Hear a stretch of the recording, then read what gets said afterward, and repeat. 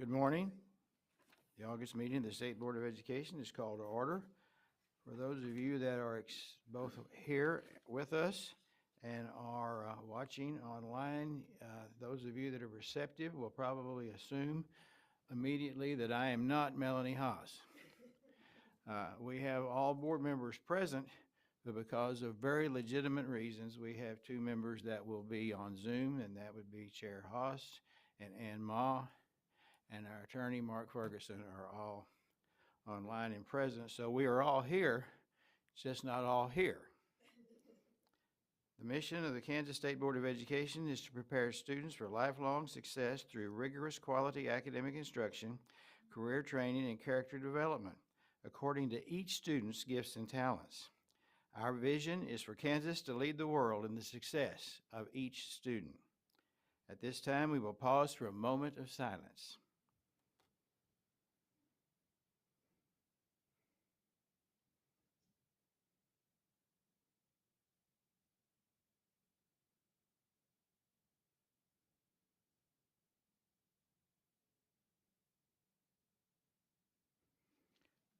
Will you please join with me for the Pledge of Allegiance?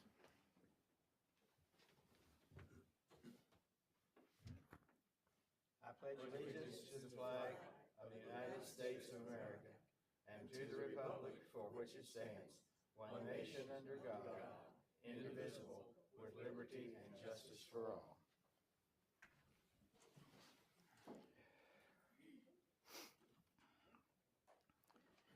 At this time, we will approve the agenda for both days. The first thing I have, before I call on others, is that on the consent agenda, if you'll go to item B, act on the negotiated agreement for the School for the Deaf. That is not ready yet, so we are going to pull B, and it will be done at some future date, hopefully next month, but that will be upcoming. Any other changes to the agenda? Michelle. Thank you, Chairman Porter. Just like to pull F, G, H, and I, please, for a vote separate. Well, see, I don't know if I have the right. Okay, I don't have an H. Probably not. Okay. I just do it when I pull it right off. So it would be D, E, This F, is all state funding, just to let you yep, A, D, E, F, and that's it. know. Okay. D, G, and F. Okay, D, G, and D. A G. D, E, F. D. All right. so I'm assuming you're talking, I want to make sure I get this correct. You don't want, do you want to pull G, the contracts for the School for the Deaf? No, Okay. D, E, F. D, E, and F, D, E, and F, I think is what. and that's to vote separately or to discussion? Yes, please. Okay, go ahead, Kathy. On E, I do want it for a reporting from staff. Okay. D. Thank you. In that case, we will vote on D and F. We'll have three motions. We'll have one for everything else. Yes. We'll have one specifically for D and F, and then we'll have discussion and vote on E.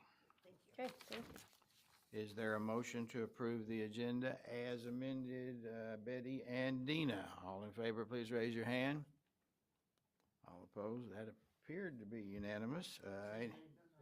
Huh? Yes, sir. Oh, okay. That would be 9-1. I guess I need to look down there. Sorry about that. You know, it's been a while. And so, let's see, what's next? Approval of the minutes of the meetings of July the 9th and 10th. Are there any additions or corrections to the minutes? If not, a motion would be in order to approve. Kathy and Jim. All in favor, please raise your hand. All opposed? Okay, since Dennis was not here, he abstains, and that would be a 9-0-1. Thank you. Commissioner.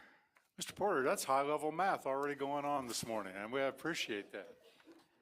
Well, I didn't do well in school in that area, so I'm glad that, finally, after 100 years, you learn. Deborah has provided you an apple today in celebration, I think, not only of you coming today, but also of the back to school. I want to thank Dennis joined me in Bueller, and Dennis, I apologize that I got caught afterwards with in the audience. This is so true of Kansas education. So in the back to school at Bueller, I had former students when I was a teacher, people that I had hired right out of college as a principal to teach, people I'd hired in McPherson to teach, people that I taught with, the grandson of someone that I coached against when I was in Tesket, and then colleagues. And a lot of them were coming up, and then I had to get to Solomon, so I apologize. I didn't get a chance to say thank you for coming to Bueller. And that was just a really encouraging time. I was happy to be there, and that's kind of in my backyard. Bueller's part of Hutchinson, actually, and I was able to get home for the statewide Zoom. So. And I barely got to Solomon for the statewide Zoom. And then Kathy joined me at Dodge City, and again, a great back to school, and thank you. She drove in early, and we were trying to get a parking place and get her there. So thank you. I will be in Valley Falls on Thursday, this Thursday, and I will be in Burlington on Monday. So I was telling Kathy, I forget the new districts, so Burlington's really throwing me off. It's all right. So you're all welcome back to school, but I want to thank you. It's been a great back to school, and I've enjoyed traveling. I'm going to share with you actually 3 things today, but I know all of you think about this work like I do in two chunks. First, it's all about the students and the families, all about the students we serve and the families. And then it's about the people that work in schools to deliver those services, right? So I always, used to tell staff and back to school, our goal is we have to serve the students and the families. And then very closely aligned to that, we serve the people that are going to do that work. And so, constantly thinking of that. Kathy also joined me in Sublet, and what I find encouraging, knock on wood, even out west, we are finding that most positions this year have been filled. Meaning we're not starting the year with huge numbers of open positions. Now, I think some of them would say we're still in substitute mode. We're not filling those with maybe who we want, but we're filling those. So that's a good trend, if there is a trend. I don't know. I think I started this year I don't really care about the Olympics, and then about a quarter of the way in, I'm all in. I don't care if it was, kayaking or it didn't matter. Just these amazing people, table tennis. This is basketball, and I was thinking, I played some of these, as you know, some of the Olympians. If I can just get on the podium, if I can get there, but if you're talking about USA basketball on both the men's and women's side, if we don't win gold, something's wrong with us. And yet what you find is over 60-some NBA players are now playing in other countries, and it's a worldwide. So I think sometimes your work too, or teachers' work, you work really hard, you've got a goal. I want kids to be successful. I want this to be successful. And, and sometimes I think social media is just not fun. It just takes shots. And so anyway, thinking, by the way, Steph Curry was pretty good. If you watch those games, really good, at another level, and it's fun to watch someone that works that hard do that at such a high level. So kudos to the USA men's and women's beating France on their home court, and now we'll be in LA in 4 years and see what happens again. I want to share with you a little. This is just a little bit walk through history as it relates to our work together. Why do we do some of the work? This is not going to be anything new, I don't think, with you. And since Mark's not here in person, he's less likely to correct me as I go through some of this. But when you copy directly out of the Constitution, you can't get it wrong too much. Article 6 of the Kansas Constitution, Dennis, you probably found this when you went to NASB. We are not like most states in the way we're governed. And you only know that when you leave the state. But the Kansas Constitution put forth and said very clearly, the legislature shall provide for you a state board of ed, a 10-member elected board of education. Then this is critical, that shall have general supervision of public schools, educational institution, and all educational interest of the state. It's pretty big, with an exception for those given to the Board of Regents to run the colleges. That's it. And then, as you know, the controversy one that we get into about every decade or so is Article 6, Section 6. The legislature shall make suitable provision for finance of those educational interests which you oversee. And as you know, anytime you walk across the streets, probably the tension between the legislature and the State Board of Ed is right there in the Kansas Constitution, where you don't have any financial impact. That's left to the legislature, and you're overseen, and yet there's obviously a work together. Well, the Kansas Constitution, of course, passed in the 1960s, of which the State Board was established, and then the work has been done since then. In the latest court case called Gannon, the court referred to something called the Rose capacities or the Rose standards. I don't like to use the word standard because I think it confuses you with curriculum standards, like math and science. So I use the word capacities, which they really are, but you'll see that term used together. And so this was the 2014 case, and they cited a 1989 Kentucky case, and that Kentucky case has been widely referenced in many states as what the capacity should be. This court said this is a quote from the court. More specifically, the Kansas Supreme Court wrote, justices, the adequacy. So I want to remind you, the Supreme Court was finding on two levels. Is there enough money? And and then that's the adequacy. And then equity. Does Dodge City get the appropriate amount to Blue Valley, for example, or Wichita? So on the adequacy side, the adequacy requirement is met when the public education financing system provided by the Kansas legislature through structure and implementation is reasonably calculated to have all Kansas public education students meeting or exceeding the standards set out in Rose. Now, what happened after this, the Kansas legislature put it in statute, took exactly the Rose capacities, so it's in the court document, Supreme Court, which becomes constitutional, and then it's in statute during that time. So you'll find it in both places. But I think that quote is really instructive about then what are these Rose capacities? So sometimes we forget about them, and I think brings it up from time to time, but oftentimes we forget because a lot of then the goals over the years that the state board set were trying to meet these Rose capacities. Before I get started on this, I want you to know this is in addition to basic skills. The court said yes, basic academic skills, yes, but you also, schools, have to meet the Rose capacities, and the funding has to go for both. So, Rose capacities, oral and written communication skills to enable to function in a complex and rapidly changing civilization. Oral and written, not literacy, that's basic skills, but oral and written. So, test. Kathy loved when I gave the pop quiz in Dodge yesterday, so I'm giving you a pop quiz.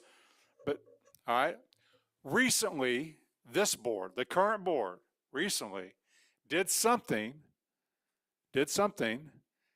directly related to that. Passed some regulations. Kathy, you presented on it just in the last couple of days. I'm giving lots of hints here. You did something that enhanced, because we enhanced that in it. You know, Kathy? Graduation requirements, which said you've got to have some oral communication in there. And schools can do it in multiple ways, but that was in direct response to this, and also business saying, hey, we've got employees that really don't communicate very well with customers and they're lacking those skills. So combination. So we have to have that in addition to basic skills.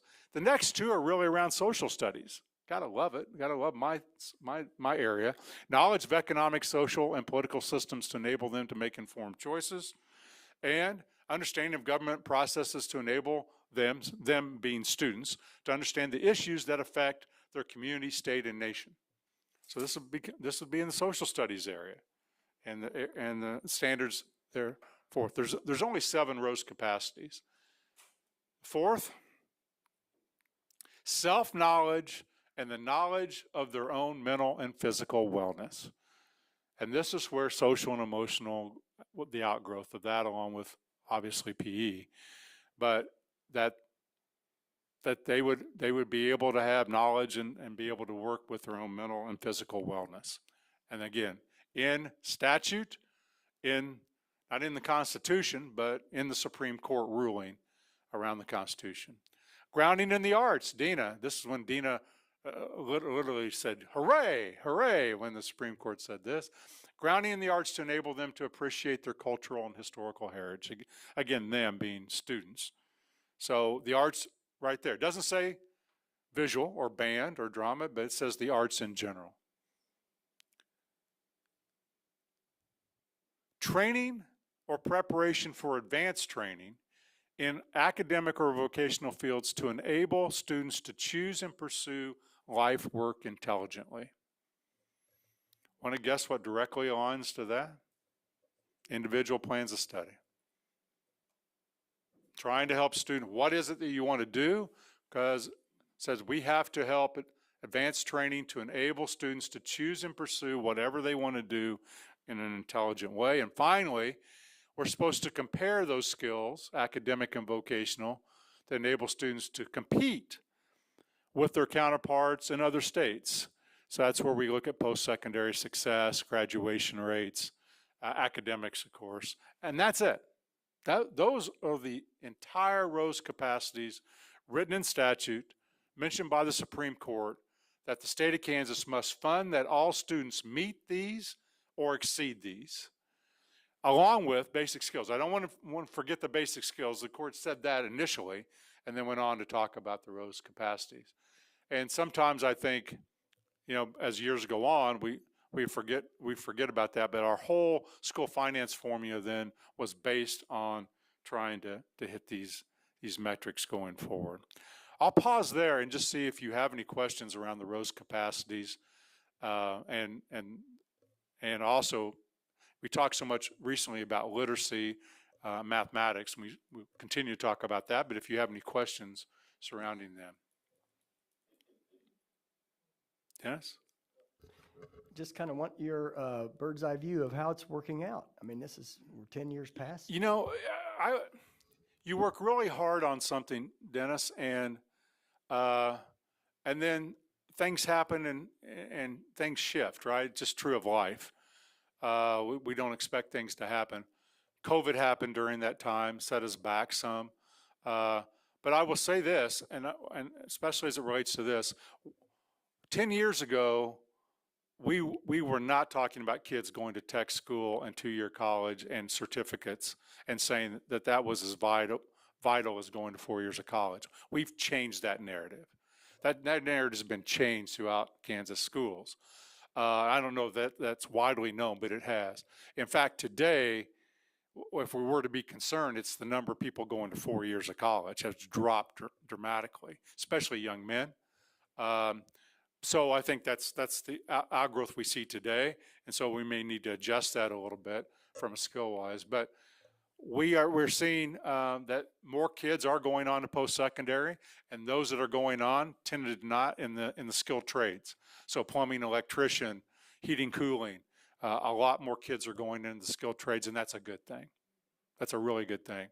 Now we're still going to need kids to go be engineers and teachers and doctors and accountants, and we don't want to miss that. So I think for too long, my grandparents were great about this, Dennis, after World War II. You need to go to college. They did not, but that's what, they didn't even care what we studied. You just need to go to college. That we should have been talking about, you need to find a fulfilling profession, whatever that is, and then determine what the training is going to be. So I think that's the big thing in these two areas. Oh, I would just compliment you on your interaction with the little gal that was on the video that you showed, and how you've stayed in contact with her because she wants to be a nurse now. yes. And I think that's a good example of helping someone along the way that maybe isn't taking steps that would make it work out. Yeah, and as you know, and I use that to illustrate, that's one of our 500,000. One of our 500,000. And that's why this partnership with parents and grandparents and guardians is so essential, because it's to get where you want to go is hard. I mean, there's just a lot of obstacles, and so it's exciting. We're hoping for nursing school for her soon. All right. Every year we do a back to school. The budget, it's like my speaking fee, Danny, $0. Okay, that's why people invite me to speak, because it doesn't cost them anything. Our budget for a back to school video is $0. But we have a crackerjack crew right here that put it together, and I'm going to share it with you today. So the theme this year is press conference. Press conference. We've done all kinds of themes. And by the way, they have to work with me. So that's a real handicap too. So I'm going to share with you the back to school video.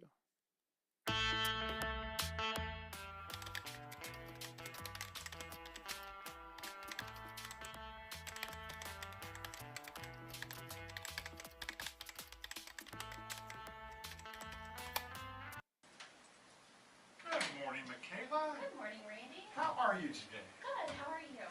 Great. Good. What's on the schedule for today? Did you forget? Forget? Yes, today's the day for the big conference. Oh, no, didn't forget. Did not forget. Let's get Frank and legal. Have him meet me in my office, okay? Good idea. All right. Calling them now. All right.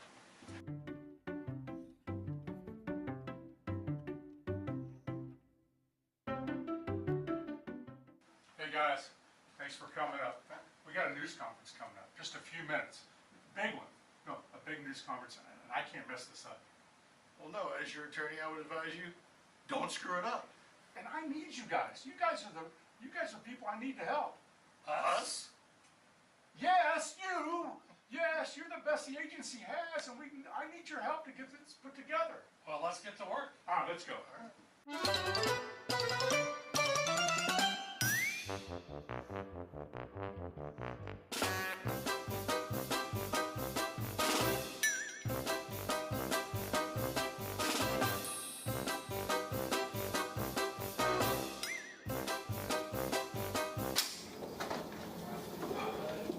Relax, we covered everything. There's nothing these reporters can ask that you don't know. This is a big day. This is a big news conference. Just remember, every major reporter's in that room. So watch what you say. Another helpful piece of advice. Commissioner Watson, we're ready for you. Just he does. Yeah, those are the toughest reporters in the country. I know. You guys better prepared me well for this.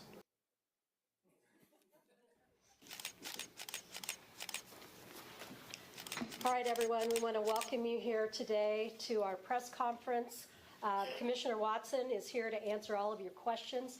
Please ask them in an orderly and respectful manner. All right, let's, who wants to start? Who's got first? All right, here in front, please. Commissioner Watson, we sent an anonymous tip that summer break is coming to an end. Can you confirm about phosphorus and in what direction? 60 miles per hour headed west, pulling into Dodge City at 8:42 p.m. Next. All right, over here. Commissioner Watson, is it true that your best subject in school is recess? What? What? Who said that? I'll ask you again. Commissioner, is it true that your best subject in school is recess? I cannot confirm or deny that statement. All right, I think we got any more questions? Oh, okay, back here, young lady. Commissioner, let's address what's on everyone's minds. When those kids walk through those school doors, will they be greeted by Taylor Swift as the internet says they will? That's the reason we have to have a great school year and teach young people the difference between false rumors and the truth. No, there's no truth that Taylor Swift is going to be welcoming us back to school this year. What I can confirm about the start of the school year is that there's going to be outstanding educators ready to greet all of you at the door with excitement for this very next school year. In fact, let me just address the educators and the parents of Kansas right now. We are prepared. Parents have gotten you ready all summer. You've got the supplies that you need. Your excitement about coming back to school is ready. Educators, you've never been more prepared. You had just a little bit of time off, and now you're ready to just rock a great school year of 24-25. So let's all welcome these young people back to school for an outstanding school year. I have one final thing for the press to do. Come on up here. We have something we need to tell Kansas educators and parents. Welcome back to school!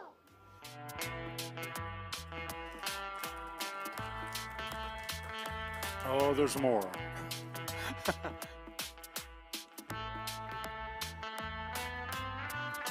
Commissioner, it looks like we have one more question. Yes, you, sir, way in the back.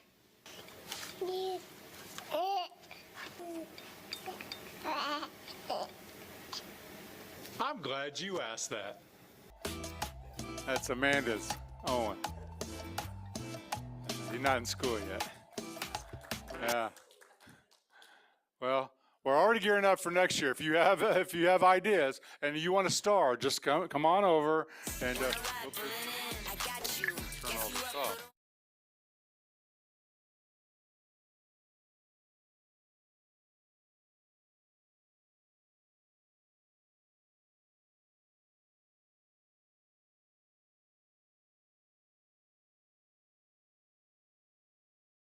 So, all right.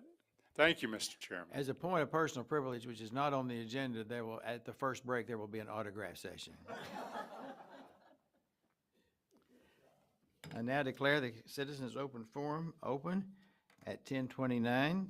The open forum is available for members of the community to present to us. There will be limited to 3 minutes. No personal attacks will be tolerated. Please introduce yourself and the group that you are representing, if applicable. Our first speaker is Kirsten Workman. Normally, our attorney has the time. However, since he's not here today, Commissioner Watson will be indicating how much time is left. On my And it won't start until I shut up. So. Anyway, welcome. Thank you very much. Welcome to the State Board of Education. Is the blue light on the little button? Okay, that's fine. Okay, go ahead. All right. Thank you very much for allowing me the opportunity to present to each of you today, and thank you for your attention. I have a hard time with timers, so I'm going to try and go fast, but I'm happy to stay and answer any questions that you have. And I also brought handouts to show kind of some of the research I used as I was preparing for today. So to introduce myself, my name's Kirsten Workman. I am a resident of Lansing. I'm a registered nurse. I taught for several years at the undergraduate level at universities. Well, don't want to name the university, but I taught at the university level for a couple of years, or several years, with students. So I'm a little familiar with research, but I'm no expert. I started this journey, and I'm kind of try and bring you along with as a series of asking questions. So I also happen to be a school board member. I'm here representing myself, not the school board of Lansing, but our school district was due to renew its subscription to the Second Step Middle School program for SEL development. So I heard from several parents about the controversy involving Second Step, that it has a history of exposing children to sexually explicit content and embraces CRT. So I started to look into that before our board meeting. I did find that some of those concerns are founded, but there's been modifications to the program. So then I continued reading some of the research and some of the available information, and I had additional questions about its merits, whether or not it's best for our students. It appears to me, after reviewing the research, that we are essentially making our most vulnerable, and by that I mean the academically at-risk students, unwitting research subjects to prop up a company who has research challenges in proving that it's actually evidence-based curriculum. So that's why I'm here to talk to you today. I did start to ask a few questions of our state leadership as to what's the criteria for placing curriculum on the evidence-based the approved list of evidence-based programs for at-risk funding. And I didn't get a lot of answers. And so I brought copies of the study, which I printed for you because they're $52 if you'd like to print them online. So I went ahead and made copies for each of you. I ask that you please review them. There's 2 studies, 3 articles, and that's it. And every study showed 0 statistical significance for any of the measurements that it took as to whether or not the second step program at middle school. Now, the other programs are evidence-based, sound great. Middle school is not. It should not be on that list. I would love to speak with you more about why I feel that way, but the effect sizes of 0.04 to 0.13 were called promising effect sizes. That's not even a small effect size. So the summary of the research is that it is not evidence-based. So I'd like to ask that you consider removing it and taking a closer look at some of the other programs that are on that pre-approved list. Thank you. Thank you. You say you do have information for us? I do. So printed off, there's the 3 articles, Okay. the 3 articles that were used to place it on the list. I also have my notes that I tried to speak from today. And then the very last page is notes that I made at my board meeting a couple of months ago to why I feel second step is not what's best for our students. And if you want to have that, if you want us to have that, you can give it to Deborah and she'll make sure. It's right over here Okay. on the Oh, table, so I hope you'll refer to it. Do you have any questions for me? I don't see any, so. Oh, Dennis. Kirsten, thanks for coming. Thanks. What is the going ahead, looking in the future, what will happen at the local level that you're anticipating, or how would you want to follow this up? I'm not sure I understand what you mean. Can you Well, you've done this research and you presented to your local board. Did I understand that right? Yes. Have you had, and you haven't had any return response from them? So our local board chose to renew the curriculum even before it unveiled. It's made a lot of changes this year, but we had voted, and I did not vote to approve it, but the board did choose to adopt it for the middle school program.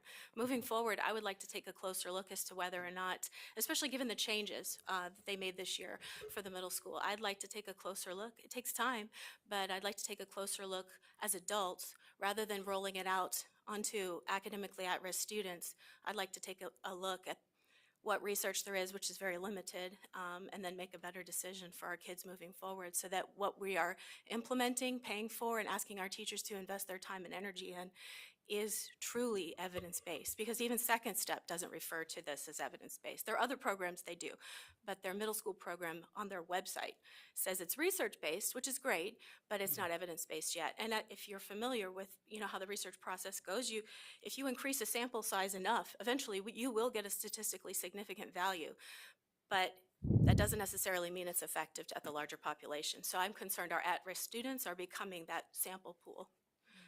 Yeah, that's my concern too.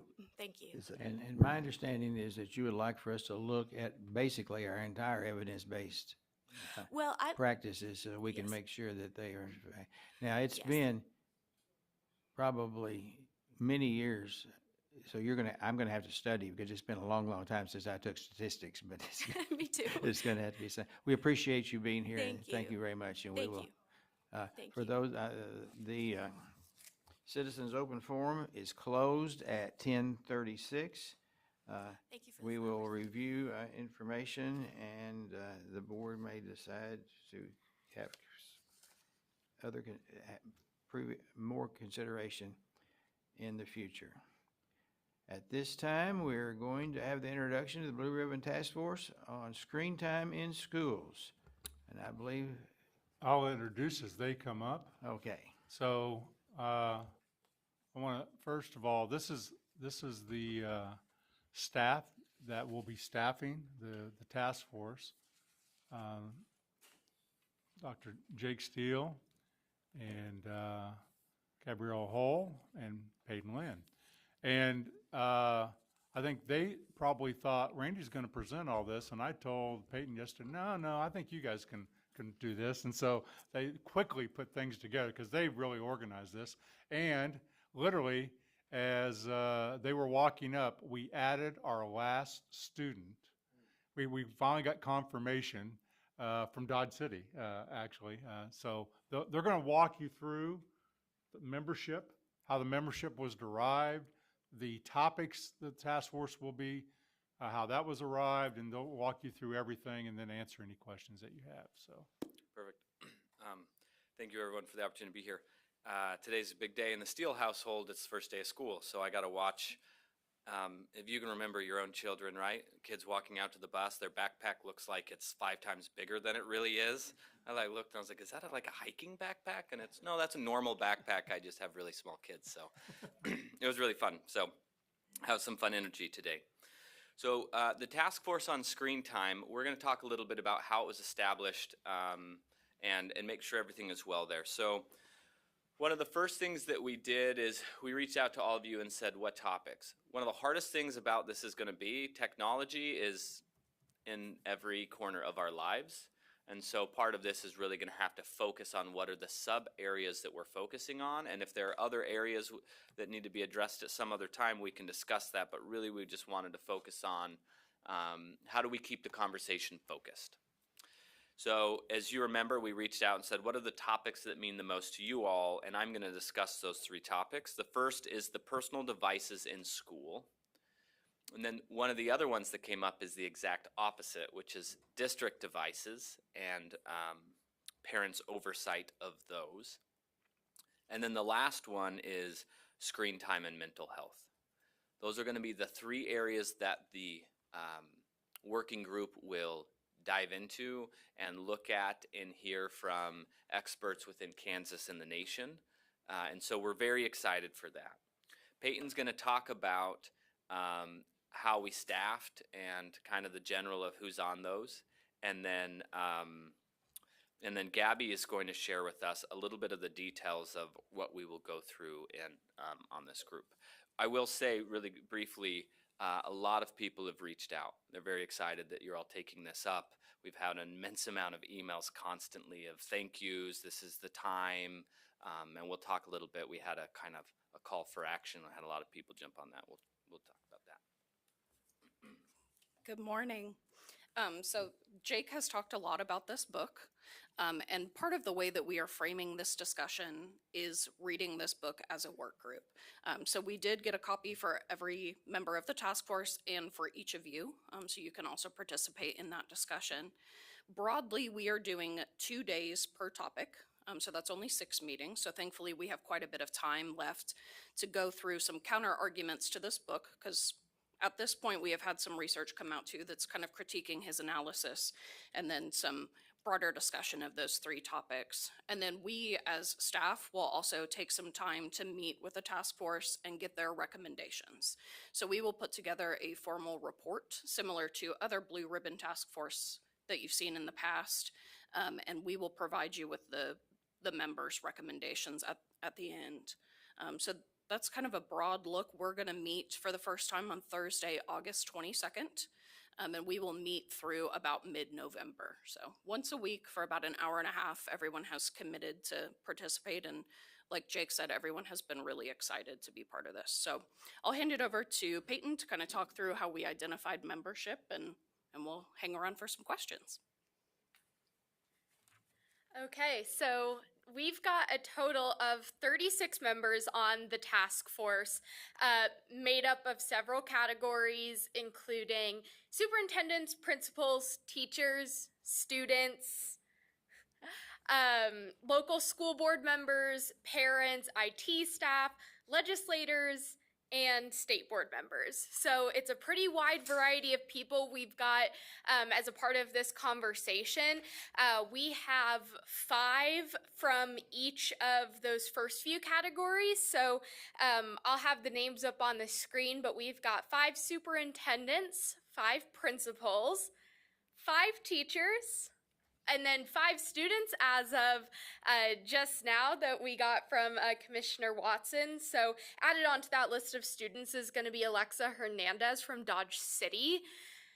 Parents, we've got 5 of those as well, 5 local school board members, and then 2 IT staff.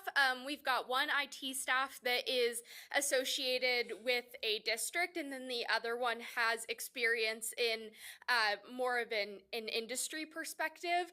Legislators, 1 from the House and then 1 from the Senate, and then of course our 2 state board members being Chair Haas and Mr. Zach. So how did we get to those people? Well, we took the nominations from the state board.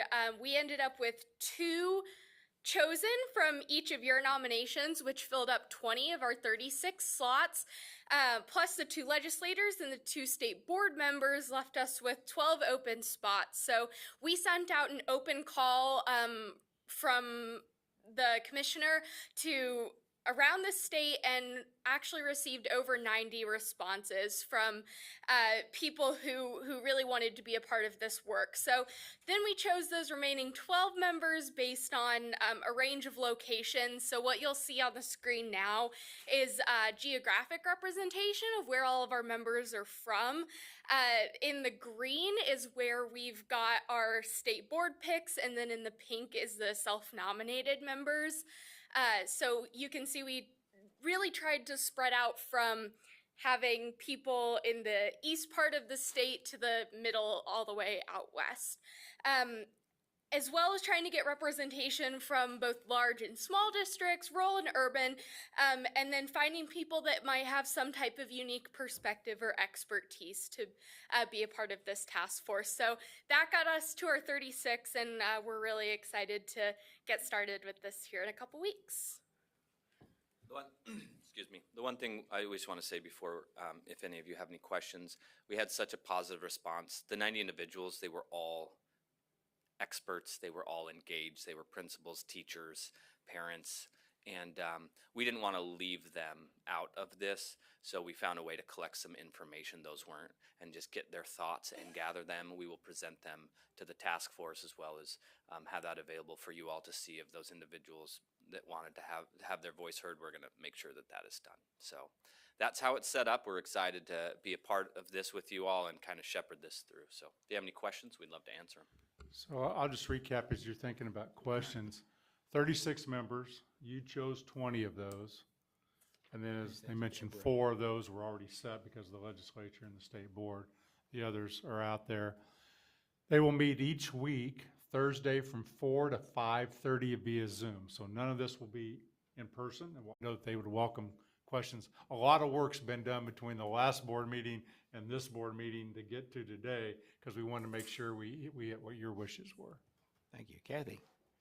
Actually, I think Dr. Watson answered it. I just wanted to make sure I was confirming that it would be available for the public to be actually watching and hearing. And will there be like maybe an email address that if those who are watching and hearing can flood you with more stuff? You got it. You're right. You're right with us. We have an email address already set up. Okay. And we'll keep figuring out how to make sure the public has access to that. Great. We will also have a dedicated webpage, so everything will be uploaded. We'll get minutes, agendas, and we plan to put together kind of a syllabus of the other documents, research, information we're planning to read so folks can access that as well.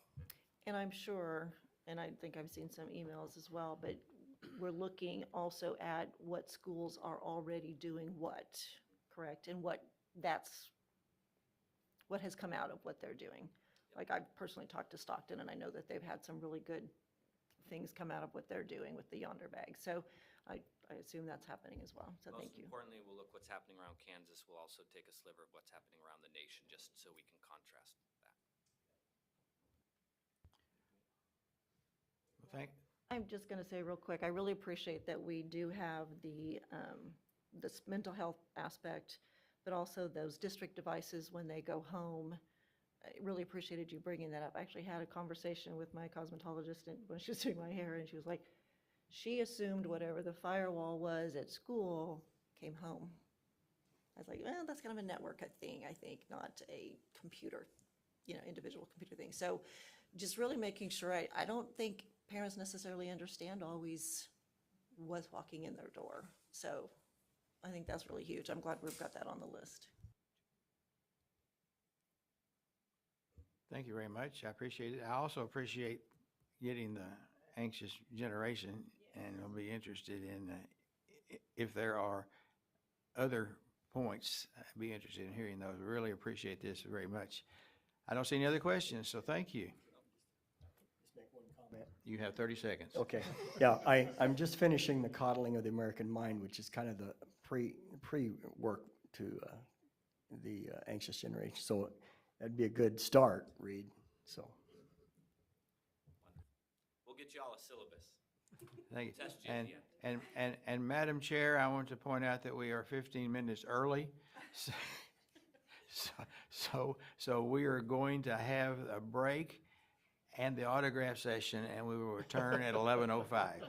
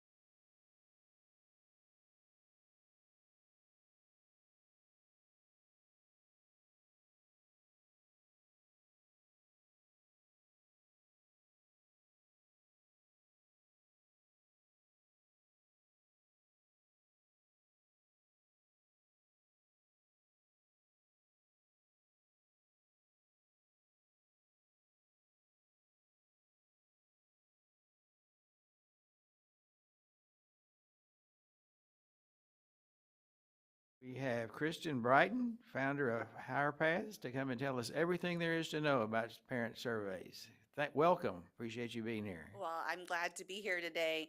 Nice to see all of you. I thought I would start just real quickly, since some of you are new since the last time I presented here, just give you the high-level overview of how we got to where we are today, and then how this research was originally done in 2019. So again, I'm Kristen Brighton. I'm the owner of a marketing communications firm in the Manhattan area called New Boston Creative Group. In the mid-2015 years, I was very involved in the Manhattan Area Chamber of Commerce and served actually as the chair of our board in 2016. And during that time, I was going to all kinds of meetings, including some of Randy's listening to survey tour meetings. We had a great one at Sunset Zoo during those years. And all these meetings, I was hearing over and over again about how the workforce issues were really starting to become a problem, and how the business community was really feeling like we needed different skills in our next generation of workers if we were going to, in order to have a successful Kansas economy. And at this point in time, I had a 12-year-old and a 14-year-old. So I was very much in tune with what was going on in our K-12 public school system. And as the owner of a small business, I started thinking about the idea that we needed to be doing more to educate parents about all of these new programs that were being developed. In 2016, I actually led a task force in the Manhattan area, and we brought together members of our educational community and our pretty much HR representatives, a lot of our major employers. We met all summer long trying to think if there were more things our Chamber of Commerce could be doing to support the development of our next generation of workers. We came up with some ideas that really didn't go anywhere, but an idea came out of those conversations which really kind of fueled me in this interest that I had with trying to do more to educate parents. Basically somebody said in one of those meetings, we aren't getting the word out to parents. We're doing all these things to revamp our CTE programs in our schools. We're getting the businesses involved in our advisory groups and trying to get them in the door. But if we don't get parents tuned in to all these new opportunities and change that public perception that the only way to be successful in the United States and in Kansas is to have a four-year college degree, then all of these new efforts were never going to be successful. And as a parent of two kids in your school system at that point in time, I knew that I was not hearing about this wearing my mom hat. I was hearing about this in my Chamber of Commerce hat. So in 2018, I started meeting with people across state agencies to see if anybody was doing anything for workforce development by really targeting families and parents. I met with people from the Department of Commerce, the Department of Labor, people here at KSDE. I met with people at KBOR, and I started to float this idea of needing a marketing campaign like this. And honestly, I kind of wanted people to tell me that this was a stupid idea, but every single person I talked to encouraged me to move forward with this concept. And so in the fall of 2018, I brought people together. Denise represented KSDE. We had kind of a half-day meeting to start to think about what a program like this could look like. At this time, I was trying to find some research data so that we could measure our results. And I couldn't find anything that currently existed that specifically looked at what parents thought their opinions about post-secondary options and careers, and anything that was specific to Kansas. I found some national data which kind of worked, but it wasn't specific to the group of people we were targeting. So we got the green light at KSDE to collaborate to develop a research study, which went out in the spring of 2019, and 19,000 parents took it. We were kind of blown away by that great response, and it maybe echoed a lot of what people were hearing in the state about needs from our workforce. So we got some great benchmark data that allowed us to kind of know where everything was in 2019. And then you all know what the next couple years brought with us. We were scheduled to launch our Higher Pass campaign in March of 2020. Had to press pause. A lot of our initial funding came from private investors in the state, and a lot of those work out of aviation and healthcare, and those industries were quite derailed in the first few months of the pandemic. So we pressed pause for about 6 months, but in the fall of 2020, I got everybody's attention again. I said, hey, I think we need our work more than ever. I got industry helping us to finish the program, and we were able to launch our campaign February 1st of 21. So long story, I'll fast forward. We were very lucky to be a recipient of some ESSER fund grants from all of you. That really helped us to really take the program up to the next level and introduced our Cool Careers video series things are really going great. I feel like the messaging that we've been able to promote through Higher Pass has very well complemented messaging come out of other units in the state. I think we're on a right track. But my intention was to always repeat that survey data so we could see if we were having any results. And so we re-ran the survey in the spring of 24. Denise's communications department helped us to promote it. In both years, I'll move forward here. So when we did this the first time, as I said, we had 19,000 parents took it. It was disseminated to all the school districts in the state. It was up to those districts whether or not they wanted to send it out to their parents. I don't think every single district complied, but we had a really great turnout. We were pleased with that. It did go out in Spanish and in English, and we combined the results. Parents took this survey thinking about their oldest child who was still in the home, 18 or younger, because you can answer the questions differently depending upon different children. You might have one child who was had strengths in one area and one child who has strengths in the other, but we really wanted a snapshot of what parents thought about their oldest child at that point in time. And this went to parents of children of any age. It wasn't just high school parents. Somebody could have a 4 or 5-year-old and been invited to take a part of the survey. We just wanted parents, we wanted to have a snapshot of what they were thinking about post-secondary options and what would feel good for them for that particular child. So when we repeated the survey again this spring, same method of distribution went to all the school districts in the state, went out in Spanish and English. This time we didn't have as quite the amazing numbers, but we got to almost 5,000 parents, which is still a very good, significant study and gave us a good margin of, a very small margin of error. Talking to other people, I think this has become a trend. I think we're all suffering from survey fatigue. I mean, every single time I get my oil changed in my car now, I get a survey. So I think people are being much more dismissive of them. I also don't know if we had as many school districts participate. They could have had policy changes. We know so much has changed in our districts over the past 5 years. But we still felt good about getting 5,000 responses. So we proceeded to analyze the data looking for what had changed over the last 5 years.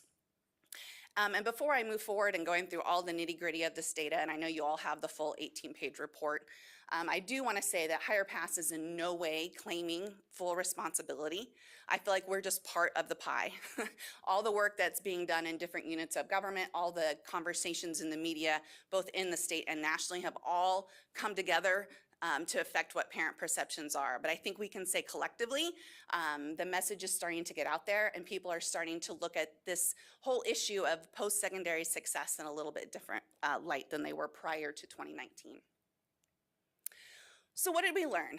When we did this survey in 2019, one of the most significant points I felt was that when parents were asked what did they hope for their child after they graduated from high school, almost 63% of parents said they hoped their child went straight from high school to a 4-year bachelor's degree program.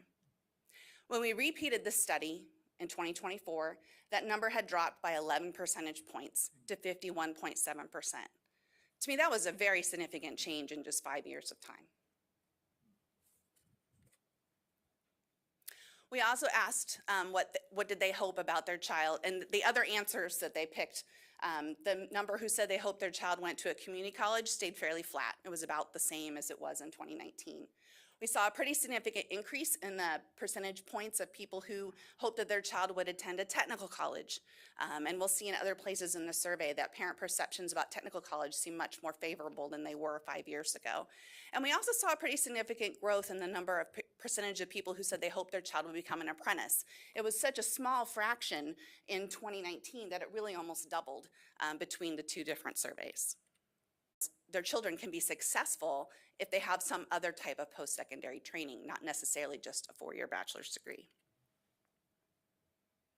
We asked them if they would be happy or very happy. We asked them the spectrum. We asked them, would you be unhappy? Would you be disappointed? Would you be, sorry, I think it was disappointed, neutral, happy or very happy if your child enrolled in a 4-year university after high school?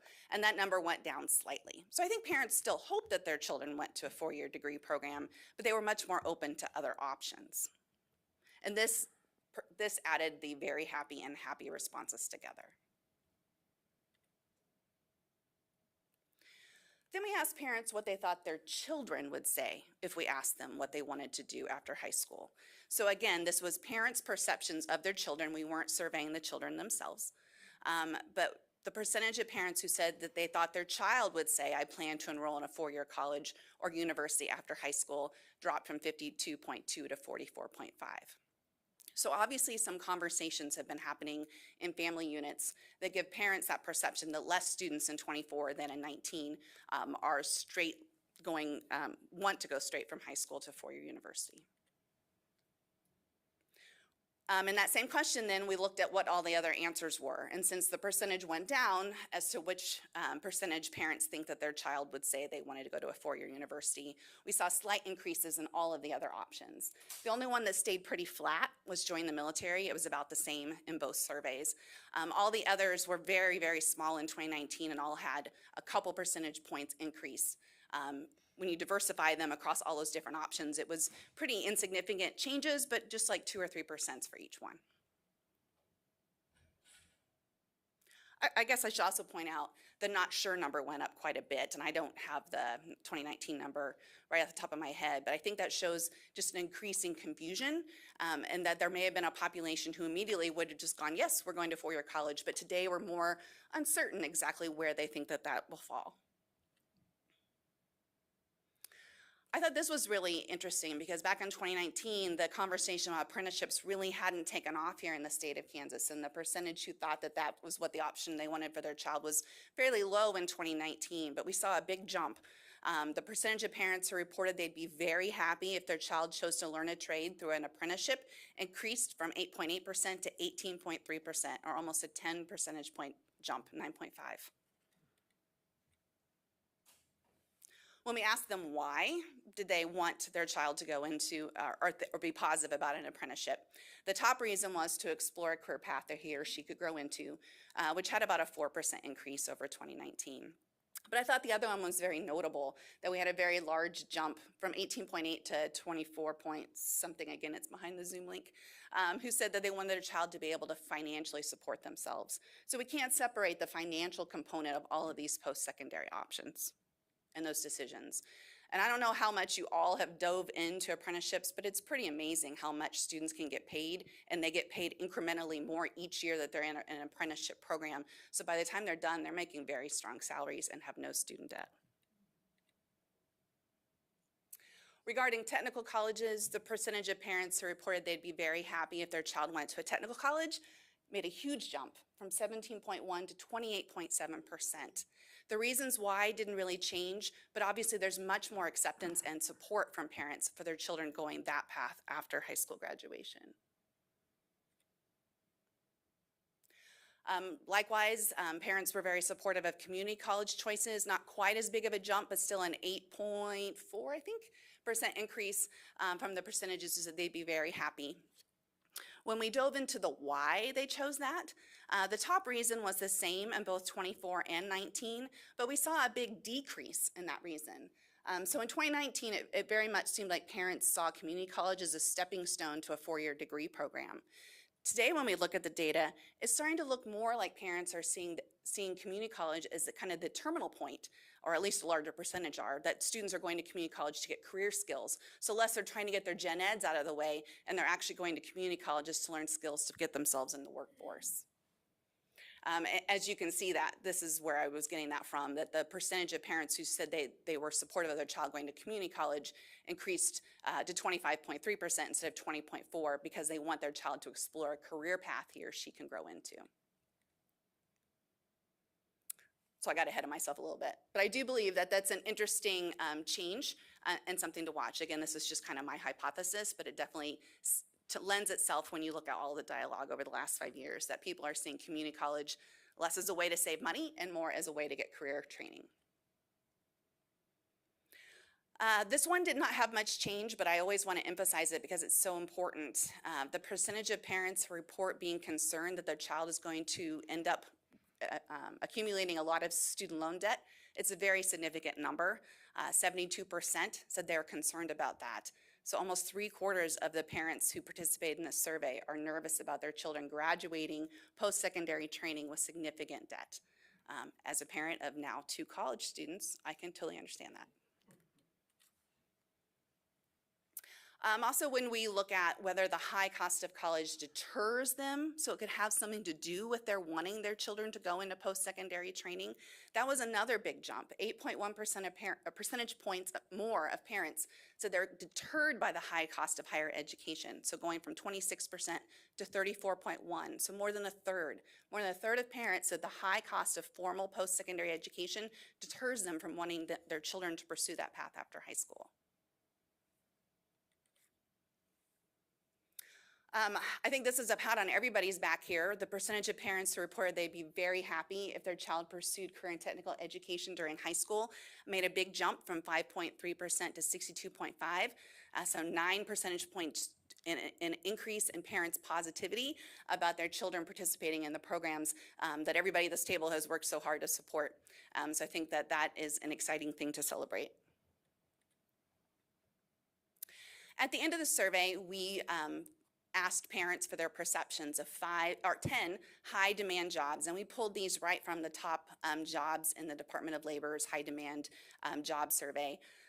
And we tested the same 10 jobs in both 19 and 24, and we asked parents, do you have a positive feeling, a neutral feeling, or a negative feeling about your child possibly pursuing this career path after high school? We just wanted to take their temperature on these different careers. And we saw 5 that had some to a significant increase in positive perception. And a lot of those were our skilled trades, which have gotten so much media attention over the past 5 years. So people were much more positive about their children becoming welders, electrician, construction workers, heavy tractor trailer drivers, and then administrative office assistant. I don't have as good of an answer for why maybe that one jumped. But those had some positive to significant positive change in perception. And then the negative ones, kind of looking at how those lumped together, a lot of those were jobs that were dramatically impacted by the pandemic. So medical technology assistant, again, I'm not sure about computer support specialist, elementary school teacher, which I know concerns all of us, registered nurse, and police officer. Those were all jobs that had a more negative public perception among parents than they did in 2019. And ultimately, when I got into this work, my goal was to help the state be able to do a better job of retaining our young people and creating a vision in their minds that they can have a positive, healthy, well-paying career without leaving the state of Kansas. So to me, this is one of the most important pieces of data in our survey. And we asked people, do you feel your child needs to leave the state of Kansas to be successful? The good news is there was very little change. Only 3.3% more parents said yes, they felt their child needed to leave the state of Kansas to be successful. So that's good. On the flip side is almost 90% of parents felt that their child did not need to leave the state of Kansas. That included the not sures, and I'm sorry I don't have that data in front of me. But for the most part, I think parents are still very positive, and so just a slight change is probably a fairly good grade overall on our report card. So to kind of summarize in short what I took away from this data and what I'm going to be thinking about as we continue with our programming at Higher Pass is, first of all, parents are much happier than they were even 5 years ago about the options that are offered in our high schools. So both our CTE classes and our dual and concurrent career classes. Parents like all the opportunities that have been created for their kids while they're still in high school. Parents are much more positive about apprenticeships and technical colleges as options for their kids when they graduate from high school. They have a much more positive perception of the skilled trades, especially construction workers, electricians, and welders, careers along those lines. But parents have become even less convinced that their child needs a 4-year degree to be successful. They have become slightly more concerned about the growing cost of higher education and student loan debt. And those are significant factors in their decision-making and their attitudes towards what their children do after high school. And then we saw that there have been some more negative perceptions created about some of the most high-demand jobs that all of us in society depend on, including nurses, teachers, and police officers. So I know you all had in your packet today the full report. We've been holding this packet back. We plan to release it this week. We will be publishing it on Higher Pass today, but I wanted to make sure that you all got a chance to see this information. I don't think there's any huge red flags, but I think it shows us that we have made some positive change, I would say collectively. Again, I'm not saying Higher Pass is the only component, but I hope that our work has helped to make parents realize that after high school, their students have a buffet of options. All of them are possible paths to success. The kid and the family have to work together to choose what is the best path for them and their personal situation. So with that, what questions do you have for me? We have several, starting with Betty. I was trying to get. My light wasn't on, so I wasn't sure. Well, thank you so much for that. It really is informative. Kind of lends itself to maybe thoughts that we had, but didn't have the supporting information to say, yeah, you're on the right track. What I'm kind of curious about, on the responses, starting with I think you said 2019 when you got the 19,000, which was any kind of demographics that you might have had on the parents that were participating, not only demographics, but even where the largest cluster might have been? We have in the back of both years' reports a pretty good demographic background. I do not have it by geographic area. We did not go, first of all, it is so tempting to ask 45 questions in these surveys, but if you want parents to take them, you have to keep them very short. So we did collect information on the age of the parent, the gender of the parent, that type of thing. And I'm sorry, I do not have all of that off the top of my head today. We certainly did our best to do that, which is certainly why we also included a Spanish component. Obviously, I would love to have even distribution to properly represent all of our demographic groups, but this was the best information that we had. And, not that that was a problem. I was just wondering, how any of that filtered. It really is a good report, and it does, start you thinking about, just the fact that it coincided, the acceptance of CTE kind of coincided with a lot of things. Absolutely. So that does kind of indicate that, we can get a positive feel. And then on the ones that had the lower perception, it's interesting because those seem to be classified as the most dangerous. When you look at the nurses, especially with the pandemic, teachers, police officers, and I wondered how that kind of factored in. It does just open the door for all kinds of variables, but what you've done is very exciting, and I just wanted to thank you for that. Well, thank you. Yes, I think there's several PhD research projects that lay in this data that people could go and dive a lot deeper. And certainly, I think all the media attention on those careers, especially when parents are thinking about their precious children, it would make sense that some of these jobs that they may be more cautious about right now. So it'll be interesting if we're still here 5 years from now and we repeat this again to see if some of those careers bounce back. Okay. Michelle. Thank you. Thank you, Chairman Porter. Thank you, Kristen, for coming today. I did have a couple things that popped out when you talked about, happier, happier, and then as far as parents thinking about success for their child, because everybody has a different meaning of success, obviously. And then when I went from 19,000 down to 5,000, and I liked Betty's question on demographics, because I'm thinking of even in an area where I am, I would love to know. I mean, that's only 5,000 across the whole state, so it doesn't really gives me kind of incomplete data, because that's not a huge representation. If you have a tech school that's right around the corner, those people are probably going to be more favorable to that. It's right there. It's convenient for them.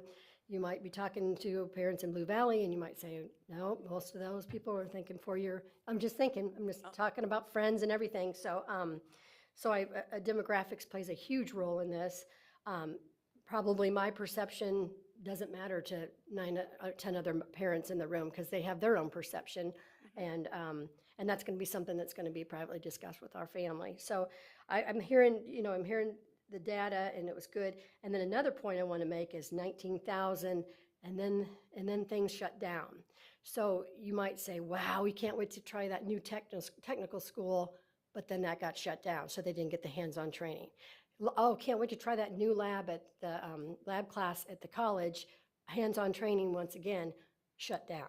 So I think when we're thinking about parents and paying for something, you want to feel like you're getting a good value out of that. If somebody else is paying for it, it may not matter to them as much as it would if it's coming out of their own pocket. So those are the kind of things I'm thinking about with perception-wise as a parent. It's going to depend on what am I getting for a 4-year degree or a 2-year degree or whatever. And a lot of classes are coming down into the high schools that they can take and get credit for. Again, you're trying to think, okay, is that worth taxpayer money? Is that, or is that something that I should be paying for after I get out of? We realized that we maybe had less school districts participate in it. There's a lot more that could be done, and certainly if more money was spent to do this research, we probably could have gotten maybe a more extensive research. However, if you look at national data trends, and there's several major reports that have come out even in the last couple months, it's very much in line with what we're seeing nationally. So I think this just kind of corroborates that Kansas is having very similar responses. But yes, I think if we had been able to ask so many more questions, if we had been able to dive down by zip code or by school district, we probably would have been able to find even more information out and been able to make this more regional. I think overall, though, we were just trying to get some sort of measurement that things have changed and that overall in the state, there have been perception changes. I'm with you. I would have loved to have had even more information, but I was afraid to make it a 30-question survey and then been hoping 1,000 people would take it. So it's always a balance when you're doing work like this in a free opt-in type of survey. And I will make one more point on the locality of that is they let their school board know what the parents do voice their opinion in a lot of these school districts and let them know what they're capturing that in a way that's being based off the elections and things like that. Those are elected school board members, and they're getting the feedback from their parents in different ways, and so it may not be captured in a survey like that, but it's going to be more local, and they are I feel like, unless in our district, they're responding to those parents and what they're offering in their schools, what they're offering as part of the CAPS program, and things like that have been requested, and I think it's I think the voices are being heard, and it may not show up in your survey, but I do feel like in most places, as long as it stays local, it's being well received by their district. Absolutely. I think especially what we saw with parents, how happy they are about CTE opportunities. I think we definitely see that people are liking that relationship that we have been able to really help nurture over the last half decade, really the last decade, really since the changes in how we do some of the funding for those classes. Okay, thank you. Danny? Thank you. This kind of follows up with Michelle. I just, 5,000 parents versus 450,000 kids, that the percentage that answered back was 1/100th of 1%. And so how do we really know that these artifacts, data, really mean much? Well, I think that the fact that we repeated the study and the numbers were within the same range, but with slight changes, reinforces work that was done 5 years later. So it's not like we got significantly, hugely different numbers. We just saw trends going one way or the other in all of the data. Again, I would have loved to have had another 19,000 parents, but if you talk to market researchers, they would say you could do a lot of this work with 2,000 or 3,000. While the margin of error gets a little bit bigger when you have a smaller population, we did not need 19,000 parents the first time to get the data that we got. That was just kind of like gravy on top. Again, if you analyze it for a certain county, you're going to get different findings. But because KSDE did not put any time into this project, this was really my team that did all of the work. KSDE only put it out. This is what we can give back to the state that didn't require a lot of staff time. If there is interest in getting more information, I'm sure we would love to collaborate and do an additional, more in-depth study. But this is the best we have for the resources that were put into it. Okay, and we're going to wind up after the next question, Kathy, except for the ones I'm going to ask. All right, I'm braced. Kathy. I'm sorry, so now I can ask more. No, I just wanted to make an observation. What I saw on the survey was consistent with what I'm hearing. And I think that's important to do that. I've heard so many people tell me we're de-emphasizing the bachelor's degree. And we're not. It's not a zero-sum game. We are encouraging students, I'm preaching, we are encouraging students to do what's best for them. And so many students are finding that vocational, career, and technical things is best for them, and that's better for them to do that now as to go to college for 2 years and have $35,000 in debt. So I would just want to make sure that people understand that, yes, we are putting more emphasis on having students do what's best for them, and that includes technical schools. That includes community colleges, but that does not in any way de-emphasize the importance of the four-year college, because you don't have to diminish one to influence the other, and I just think that's an important thing to say. But what I saw today is very consistent with what, whenever I'm visiting with schools and visiting with parents and visiting with other business people, is very consistent with what I hear. Appreciate this. Hope that you come back in a few years with 40,000 responses. Just got to figure out a way to get people to take surveys. Okay, Danny. One more. Okay, I said that would be it, but I'm going to give Danny one more shot. Thank you. I'm just curious,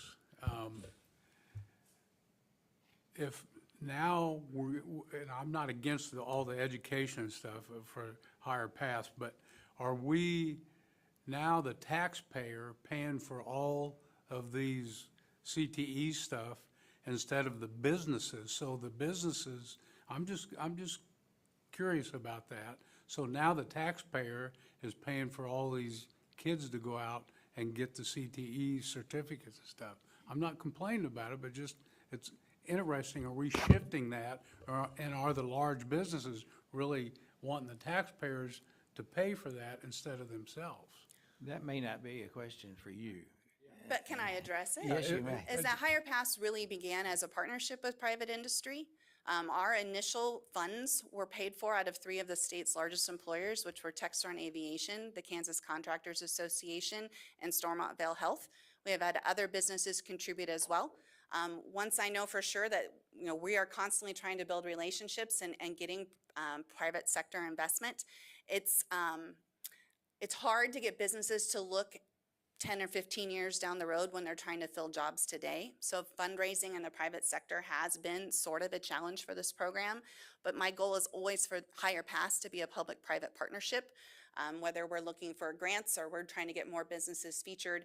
But if you look through our content, you'll see that we have a lot of business engagement and involvement. We also, just to piggyback on what Chairman Porter said, we have done a lot of storytelling about ways that businesses allow students to continue to work on their degrees throughout their careers.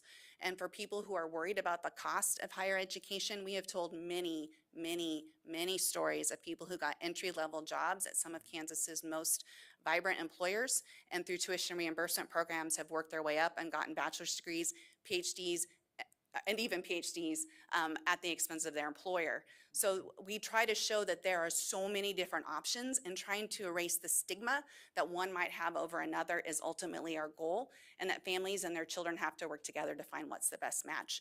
But certainly we are not leaving private business out of the equation. I want more private business involvement. The more we can raise the awareness of Higher Paths, the easier it's going to be for me to get more businesses to come to the table with funds to help us continue our work. Thank you very much.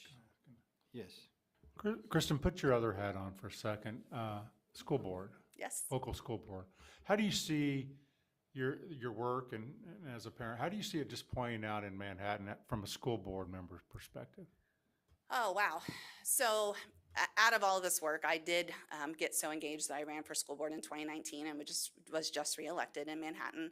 I believe everybody on our board is very, very supportive of career and technical education. We have had nobody ever come to the table and say, why are we putting so much emphasis in this? We are already in talks and trying to explore ways we can expand and build a career academy. I feel like the momentum is there. I think Manhattan is behind some of the other districts in the state, and I've had so much exposure through Higher Paths. I'm continually bringing that information back. So my hope is through Higher Pass, I'm letting other school board members and other leaders in some of our districts see what is being done elsewhere. So we really consider ourselves a portal of communication on all of these issues in both K-12 and post-secondary, and we're really just trying to get that information out for everybody. I think that we have done great work up to here, all of us collectively together with all of our local school boards, and there's just more that we can continue to do. Thank you very much. Appreciate it. Thank you. Thank you. Pat, it's all yours.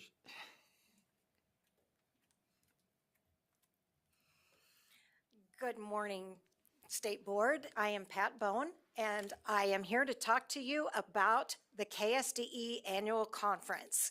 So we have done this conference for the last 30-plus years, and this year we are hosting it again in Wichita because of location of facilities, and it will be October 23rd through 25th, so coming up soon. This is going to be a great conference for professional development for our teachers and our administrators. We have set our strands around the 4 fundamentals that KISA is based on, as well as safe and supportive schools, technology and cybersecurity, and the system structures that help support the foundational elements. So all of these are our key strands and course offerings during the conference.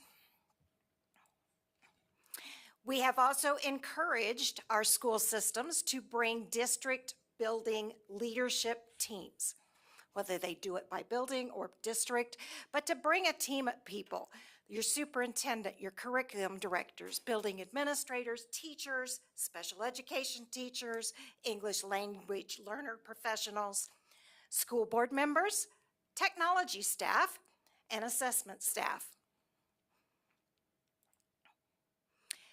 I just want to quickly show you the schedule for the 2.5 days. Wednesday's schedule begins at 7 with breakfast. Our opening session is at 8. And sessions shut down at 5 p.m.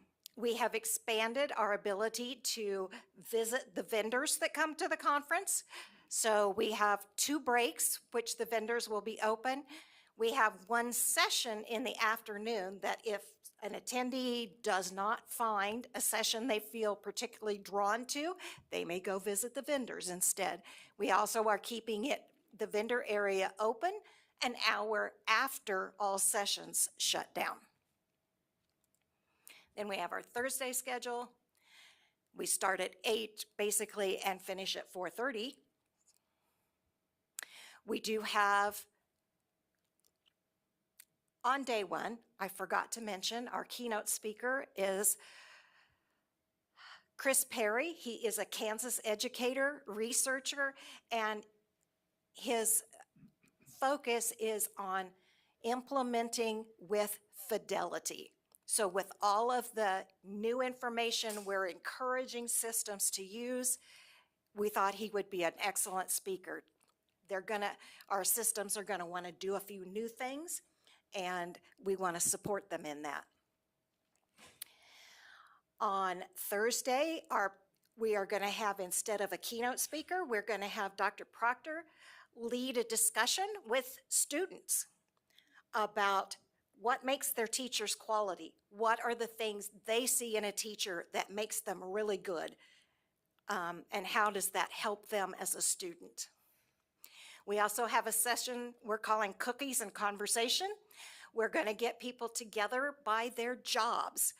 So superintendents would be together, curriculum directors, teachers secondary, teachers elementary, that sort of pairing, so that they can have discussions about what they've heard, what they've learned, and work with each other. Hey, we've tried this and it worked really well for us.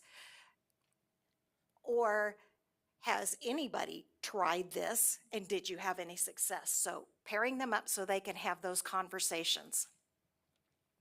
Friday is a half-day schedule, beginning 7:30 breakfast, 8:30 opening session. Dr. Watson, our commissioner, will be addressing the audience that day in our keynote session.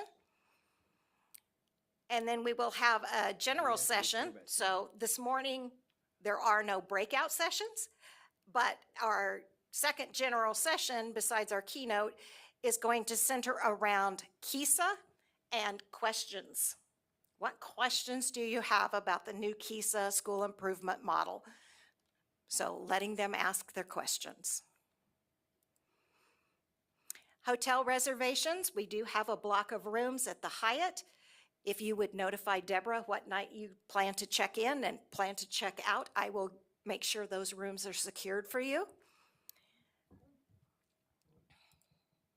What questions do you have? We have a question from Betty.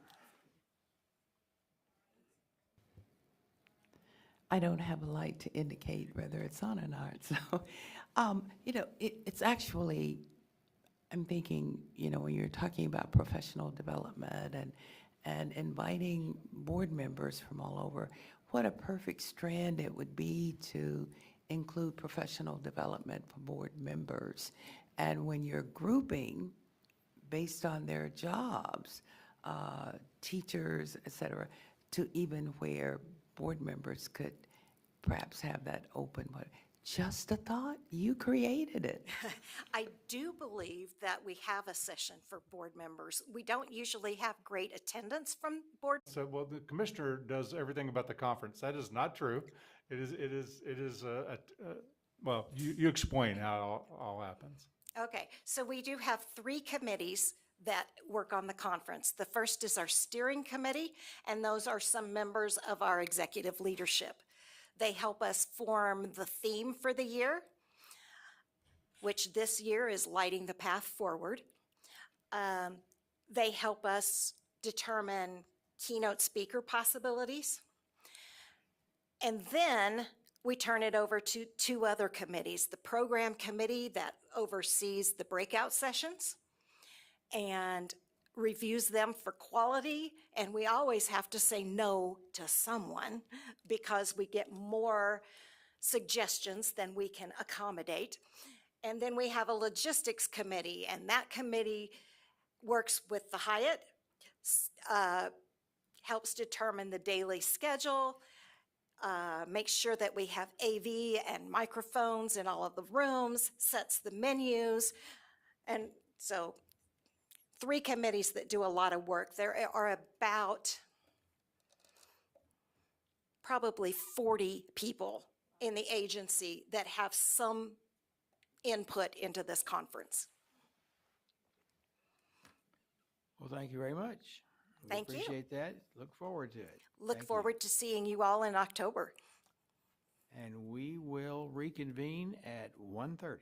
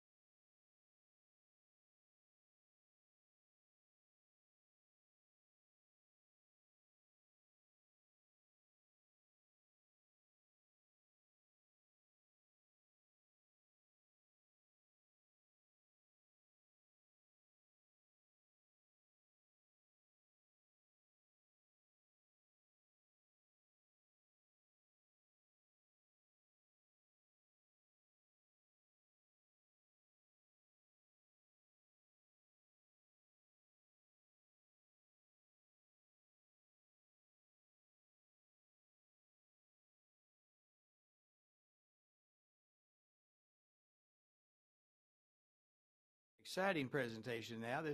Really looking forward to this. And I am going to introduce Mary Orr, who is going to come and tell us all about this exciting opportunity for us to witness.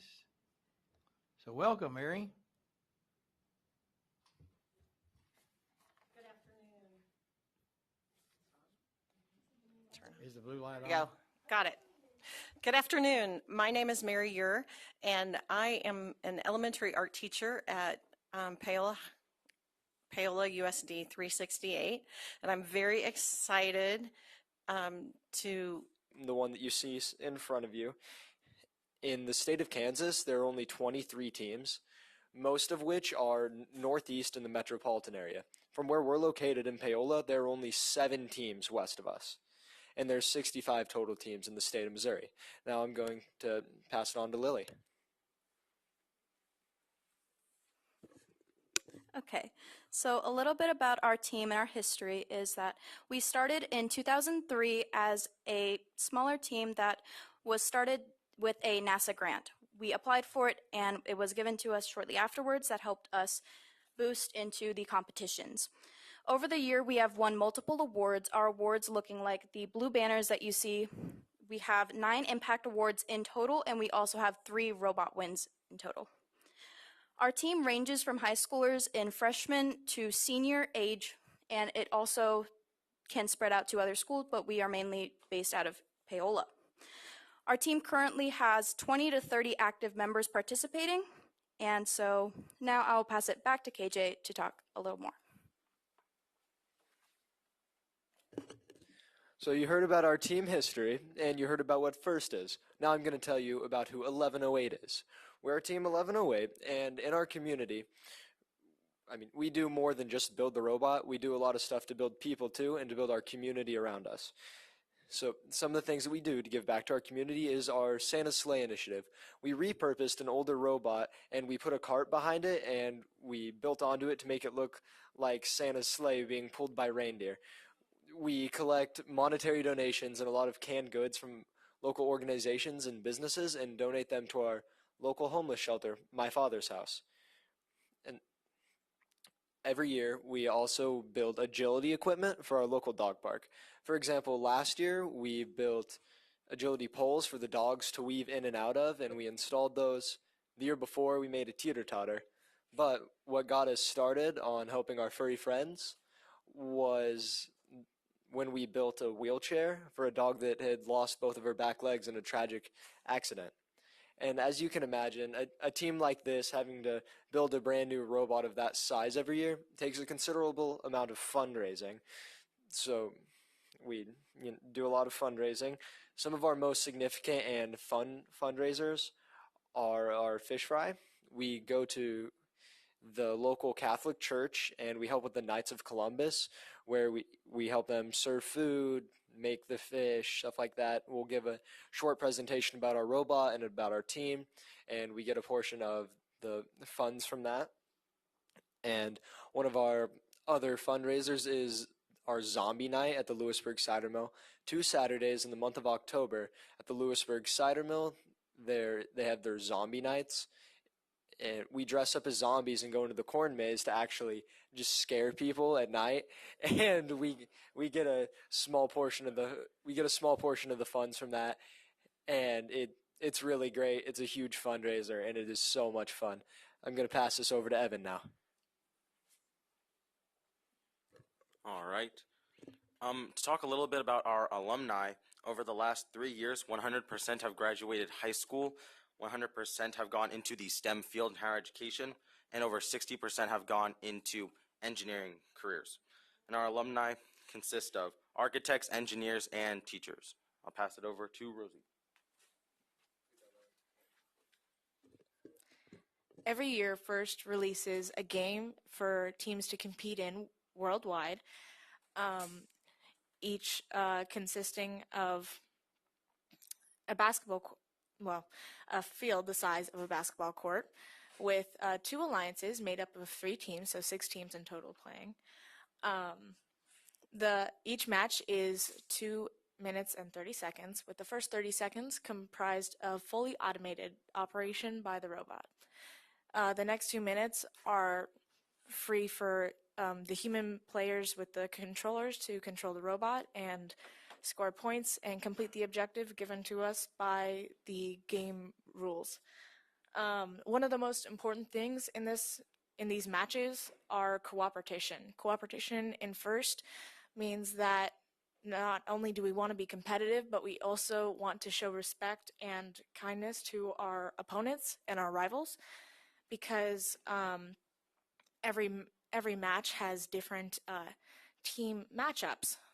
Like, you could be with your opponent on the same team with you one match when you beat them in your last match. So it's very important for us to show respect and to be kind to other teams and help them out whenever they can, so that we can not only operate at the best quality for every team, but also have fun doing it. I will pass it over to Carson to discuss how we build our robot. So how we build our robot is we get the whole team together to draw designs and build prototypes of ideas that they want the robot to, like things to make the robot work and how to play the game. So after we have drawn out and designed everything, we'll put the best ideas that the whole team picks on, and we'll build them, put them together, modify them a little bit to make them work best we can. And so the robot this year, we designed it to have an under-bumper intake to pick the notes off the ground, and it goes into the arm so it can shoot it into the amp or speaker. And we also have to modify things on the fly, like this year when we had to climb on the chain, it would fall down, so we designed something with a window motor to hold it up so we could hang the robot. I'm going to go ahead and pass it on to James Haley.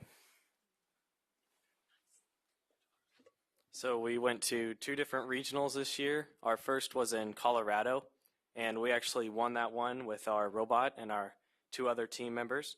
And we also went to one in Greater Kansas City, where we won the Impact Award for our team, and that's the most prestigious award in first, so that's really cool to get. And we also had a Woody Flowers winner, which is Nelson Green, and that's kind of like the Teacher of the Year for first. And we also had a Dean's List finalist, which was KJ Powless, and that's kind of like the MVP for our team. And so since we won and we got the Impact Award, we got to go to Champs in Houston, which has over 600 teams, and there's 8 different fields going at once. So there's a lot of people there from all around the world, and you get to talk to them, and some of them speak different languages, and it's just really cool, and you get to see their culture and how they build their robot.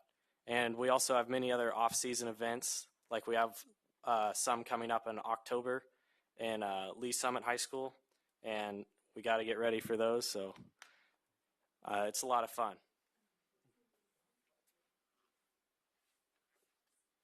So one thing about our team is not only do we participate in winning awards like the Impact Award or running around with our robot at competitions, but we also help to do other things, like we started our Kansas Advocacy Conference. We partnered with the Student Association for STEM Advocacy, or SASA, this past few months that helped to teach students advocacy skills. We also went with Team 1710 and went around the Capitol building to talk to our elected officials. One of the greatest things was that we worked with Samantha Potter to get a grant written up that will help us start more teams in the state of Kansas, most of them being out west where the numbers are very scarce. So now I will pass it over to our superintendent, Mr. Meek. Good afternoon. Thanks for having these awesome kids and our mentors. I am Matt Meek, and I am the proud superintendent of USD 368. As you can see, this amazing group of kids, they mentioned that we've been a program for 23 years. What they didn't mention is our mentor, Mr. David Green, was there from the start. And so he's been a part of this team for 23 years, and we sure appreciate that. I want to give you a brief, quick overview of the robotics program from a district standpoint. The Panther Robotics is what I would refer to as kind of a quasi extracurricular activity at Paola High School. The students receive financial in-kind support from the school district and are able to letter similar to other school districts, but because of the cost, the school district can't do it by themselves. And so that's why we call it a quasi, because this truly is a school district and a community partnership. So the students can letter like the other activities. However, the program is extremely expensive to run. It requires a lot of fundraising, like KJ had mentioned, and we have a lot of corporate sponsors to cover the added expenses. A great example of the support of our community, when they heard and they won the Colorado regional, and they found out that they qualified for champs or nationals in Houston, Texas. They had to start raising some money because that's expensive. They wanted to try to take, I think it was well over 20 of the students down there, and travel expenses. And in little over 2 weeks' time, our community, these students were able to raise over $30,000 for expenses to go to Houston, and that's for a community our size. I mean, that just speaks volumes, and what they think and the support of that. They're able to flourish due to the commitment of our dedicated mentors and the students. We rely on the engineering expertise of our community members. As you know, we struggle with hiring teachers, especially when it comes to career and technical education.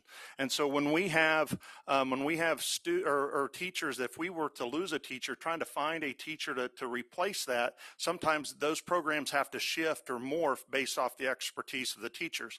And sometimes if we can't, then we would have to, best case scenario, put the program on hiatus, or that pathway on hiatus until we find somebody. But the way we have this as a club, then we're able to take that expertise of our community members and move, and they have that full-time job, but they're donating their time in the evenings. And this is a year-on competition type thing. You guys get the game about the robotics program, and so that's how passionate they are to take a day to come up here, and then they'll be at the high school tomorrow. I know that you didn't come to listen to me talk, and so what I would like is for them, they're going to start demonstrating the robot, and they'll talk you through some of that, and I know at the end that they'll take questions. Okay, well, we have a couple of questions. Should we do that now, or do you want to wait till the end? That's up to you. Let's go ahead, Betty, go ahead. I think it was KJ that you gave some stats on how many schools in Kansas versus, and I kind of lost that. You said how many schools in Kansas? Okay. So in Kansas, there are only 23 FRC teams like ours, compared to whereas in Missouri, I don't have my card, but I think it's 65 total teams, and out of the teams in Kansas, there are only 7 of them west of Paola. Most of the teams are in the northeastern metropolitan area, and we would really love to see the expansion of teams westward. So on the teams, is it just like per district, or would there be multiple teams within a district? I was wondering. So when you said 23. It kind of depends. Some schools may be so large that they might have a team for their junior and seniors, and then they have a team for their freshmen and sophomores.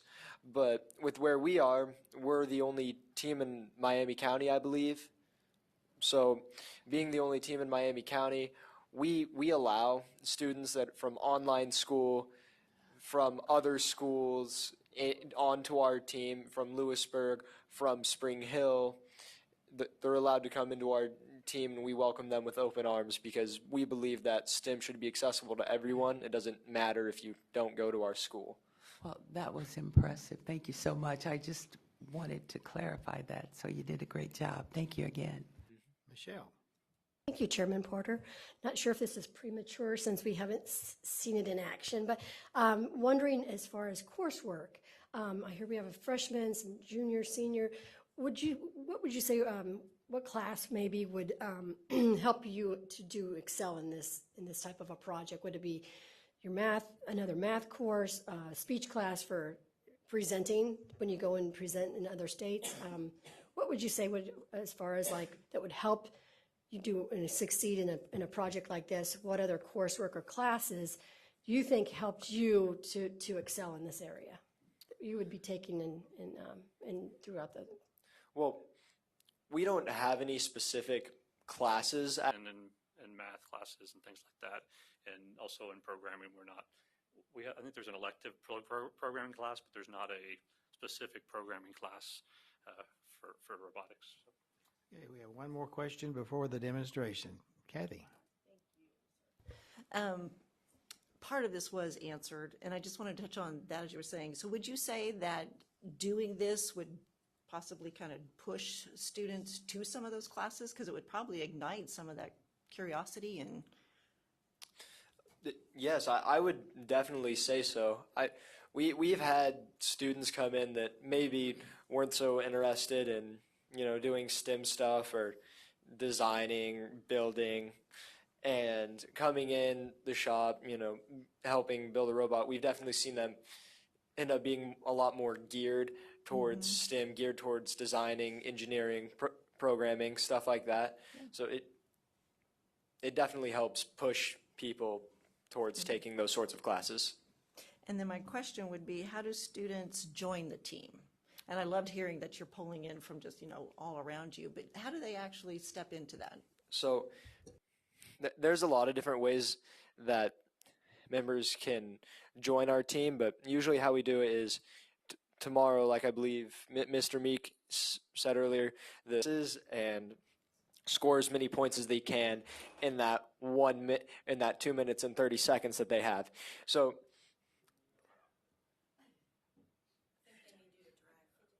yeah, I got this. So part of robotics is that how KJ had to step back is because we have designated people that are our drive team. They spend their time not only working on the robot to get to know it a little bit better, but they also spend their time driving it. So they have drive practices every few days just to get into the groove for the year, and so they're not going in totally blind when we go to competitions. So we have operator, we have our driver, and then we also have other points, whereas we have technicians who help feed the robot, and human player is the one that feeds the robot. This year it was Rosie.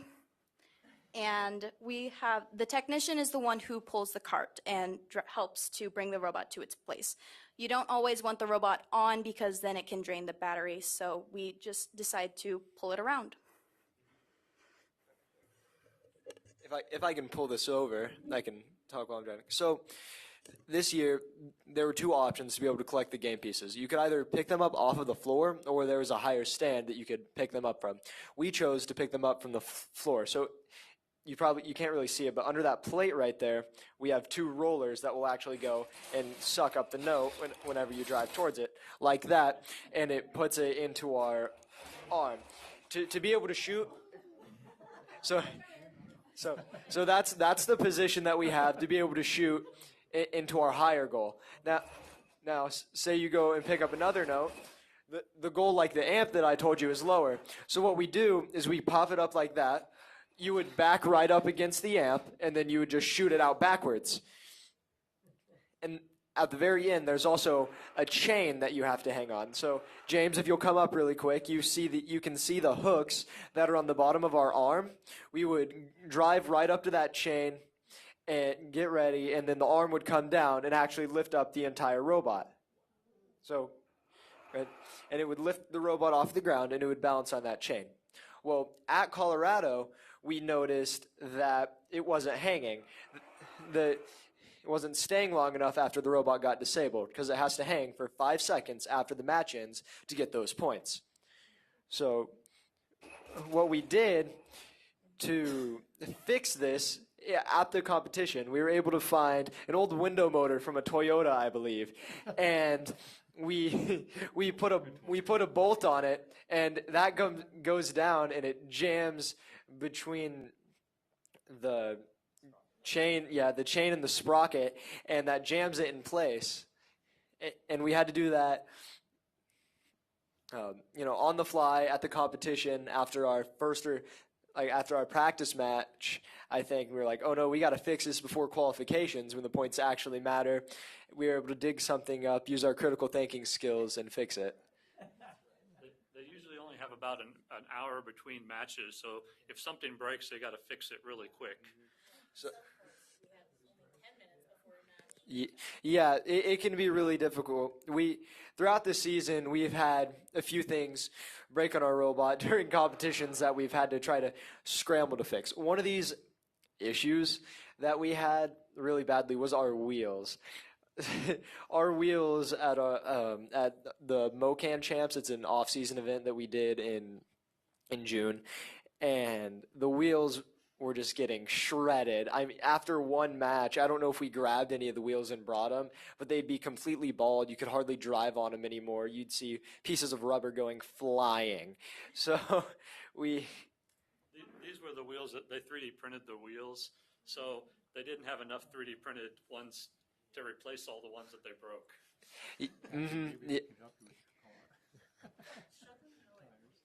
Yeah. So, okay.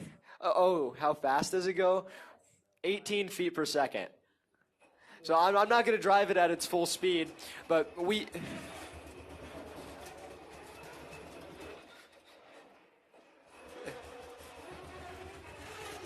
So there's different types of drivetrains, and what we're using is swerve. So for each corner, there's two motors. There's a motor that controls the wheel, and then backwards and forwards, and then there's another motor that controls which way it's turned.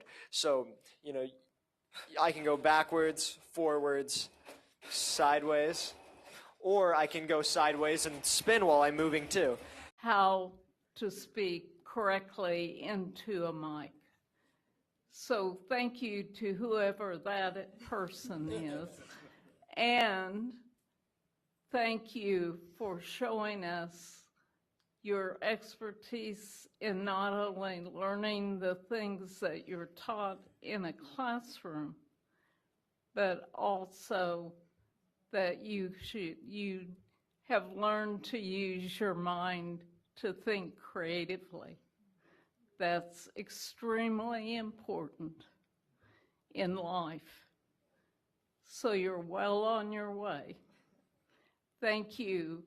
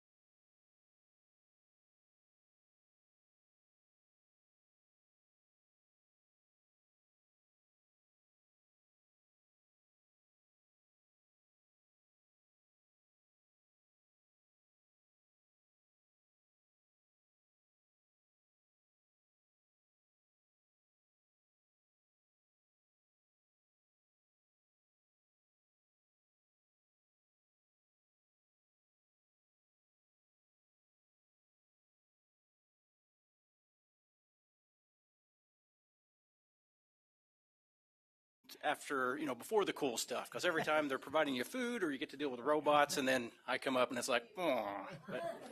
But anyway, are we ready to go, Mr. Chair? All right. Well, Good afternoon, everyone. Shane Carter, Director of Teacher Licensure. So today we'll be going through a couple of Professional Standards Board nominations.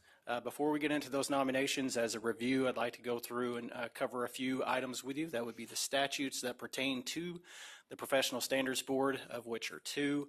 The first is 722309, and that basically lays out the qualifications. I get to talk about one of the several things that will be coming up in the next few months that the legislature gave you tasks to do. And so the first one that we're going to talk about today are the Education Funding Task Force. So I'm going to give you a little bit of background and then talk about what your role is and get some feedback from you before we actually bring some nominees forward. So the Education Funding Task Force was part of House Sub for Senate Bill 387. And just as a little bit of background, in 2017, the legislature reauthorized or redid the school finance formula. Remember that for 2 years before that they had block grants. And then so at the end of the Gannon decision, they came up with the current formula. And when they did that, they said that it expires in July 1st of 2027. So this was the first time that they'd actually had an expiration date in the funding formula, but it's in the law now. So that's what we're starting to talk about. So as part of the 2024 legislative session, they established a school funding task force, which will make recommendations to the legislature by January 11th of 2027. So this will be so they can take action in 2027 to put in place the funding formula that would be used for the 27-28 school year. So the formula recommended by the task force shall, so these are the things that the task force has to do. Actually, and Dr. Watson touched you a little bit about this. It has to be calculated to meet the ROSE capacities, which are in the statute, provide adequate, consistent, and reliable funding, be equitable, providing meaningful accountability measures, report whether revisions to the current methods for special education are advisable or necessary, and then anything else they would like to suggest. So in doing that, they have to review the current finance formula, the current special education finance formula. And so one of the things I'll point out is that the special education task force that was enacted in the 23 session has been abolished by this legislation. So the task force are put together. The inputs of the current system, which would be funding levels, sources, and impacts, and then the outputs, which are student academic measures, and then current academic reporting requirements are the things that districts have to turn into the state, and then achievement goals in KSDE's ESSA plan. So that would be what you hear all the time about, which is 75% of students being in levels 3 and 4. So the task force will have 11 voting members, 3 members from the House, 2 appointed by the Speaker and 1 appointed by the Minority Leader, 3 members of the Senate, 2 by the President and 1 by the Minority Leader, 1 member of the State Board of Education, a parent appointed by the Speaker of the House, a teacher or retired teacher appointed by the President of the Senate, and then 2 superintendents, 1 rural and 1 urban, which will be appointed by the State Board of Education. So that gets down to what you get to do. So you're going to get to appoint 3 members to the task force. 1 member is from the State Board of Education, so you guys get to decide how you do that. And then 2 superintendents. And this is where we actually need some advice today so that we can bring nominees back to you. The legislation does not define urban or rural. So we get to do that. And we actually also looked in other statutes. There are a couple places in different statutes where it talks about urban and rural, but none of them seem to apply. It mostly had to do with setting up water districts and who could put in water lines. So we didn't think that was applicable. So we started looking at the U.S., we looked at different definitions, and so we kind of settled on the U.S. Census Bureau definitions. It doesn't fit exactly, so we modified it a bit, so we want to make sure that's okay with you. So the U.S. Census designates 45 urban areas in Kansas, and it's based on 1,262 residents per square mile or more. But when you look at the list, you'll probably notice some places that a lot of people would not consider urban.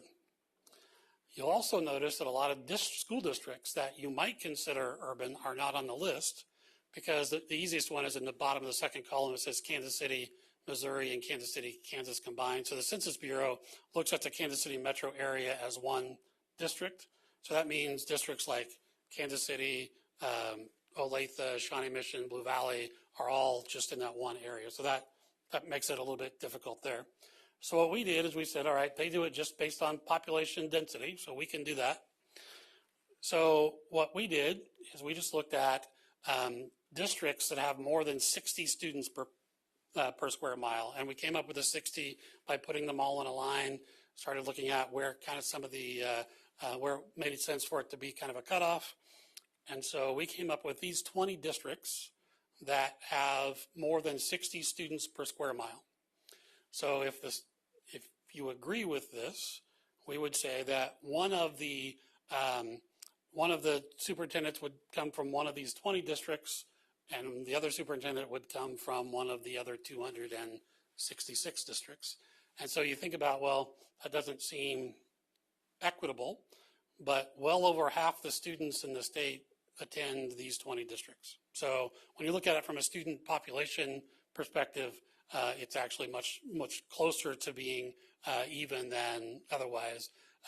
And one of the things we looked at is that if you look at the Census Bureau list and you picked one of those cities, there would be a number of urban districts that would say they don't represent us because it's very different. So that's it's kind of how we went about it. So if you agree with this, then what we would do is sometime before at or before the November board meeting, we will bring back to you a list of nominees or volunteers for you to select, one from the urban districts and one from the rural districts. And then you will also have to select one of your own members to serve on the task force. There is the task force members are to be appointed by November 30th of this year. I don't know if they will try to meet before this legislative session. My guess is the bulk of their work will be in the interim between the 25 and 26 session, and then again between the 26 and 27 session. I don't know how quickly they'll get things going for this year. And with that, I would stand for questions. Betty. Okay,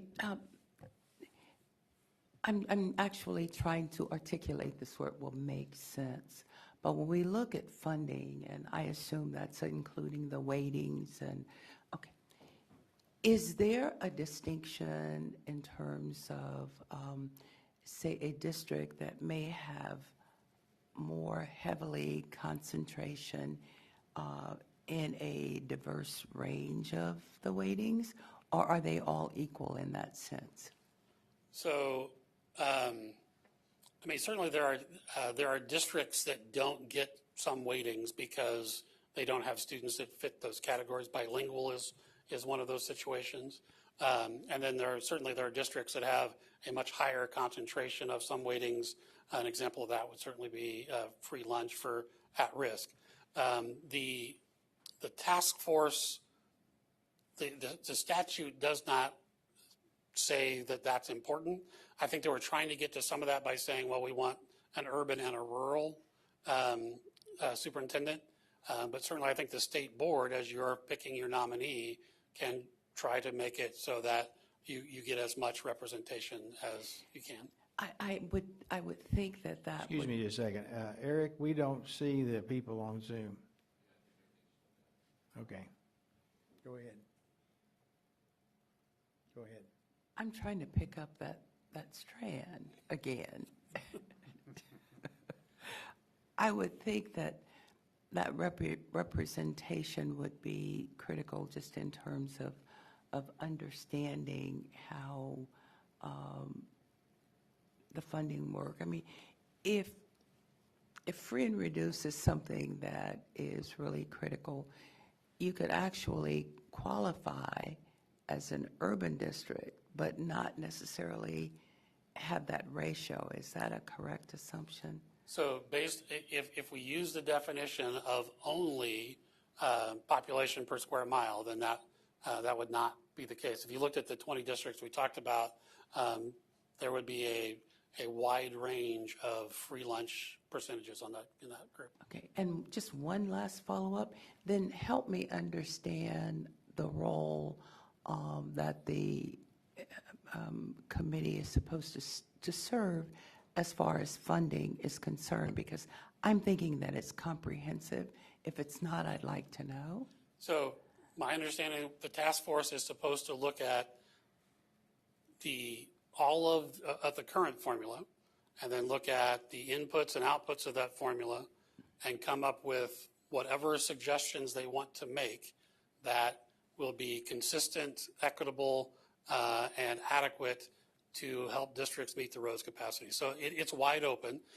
So I think the most important thing would be that the state board select superintendents that have a good understanding of how school finance works and how it has an impact across a variety of settings. And I said that was my last, so I'd be happy to add my name and come back around. That's not the first time you've liked it. I know. It's okay? Go right ahead. Okay. Then how are we supposed to evaluate that? I mean, you say we should have a good understanding.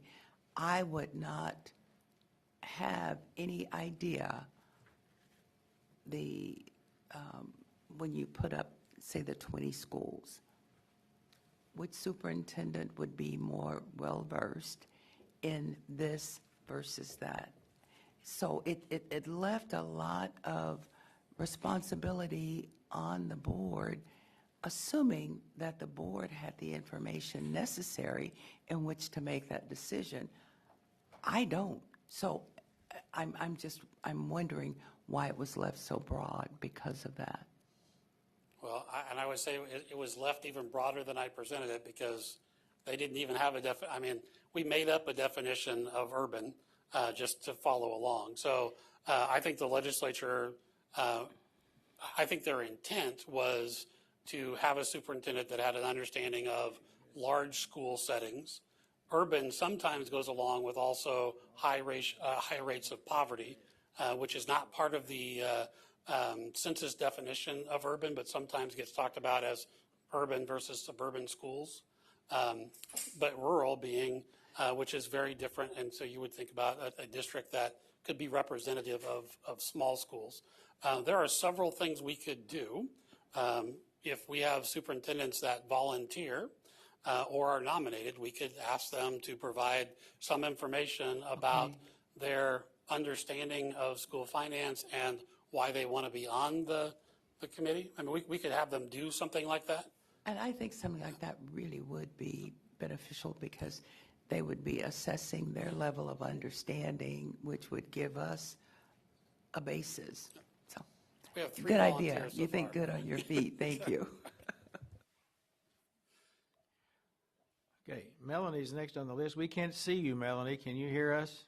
I can see her. I can hear you and I can see you, so I'm not sure what's going on. Okay, we can't hear you very well. Just a second. A little bit. Keep talking.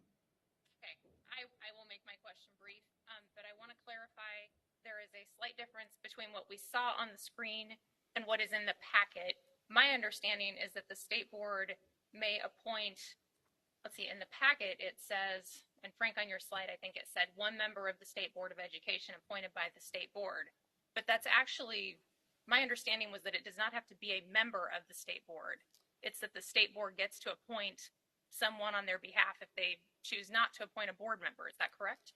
So I believe, I can check this, but I believe the legislation for the state board and the legislators says a member of as appointed by. So I believe the expectation is a member of the state board appointed by the state board, just like it would be members of the House and Senate appointed by those bodies.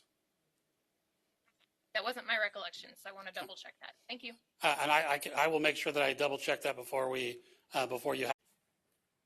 Are you here, Catherine? I am. Remember, you're both before and after the break. Oh, dear.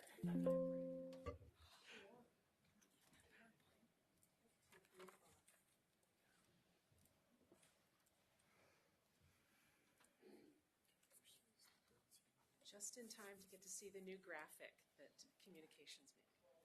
Which looks very pretty. Yep, action.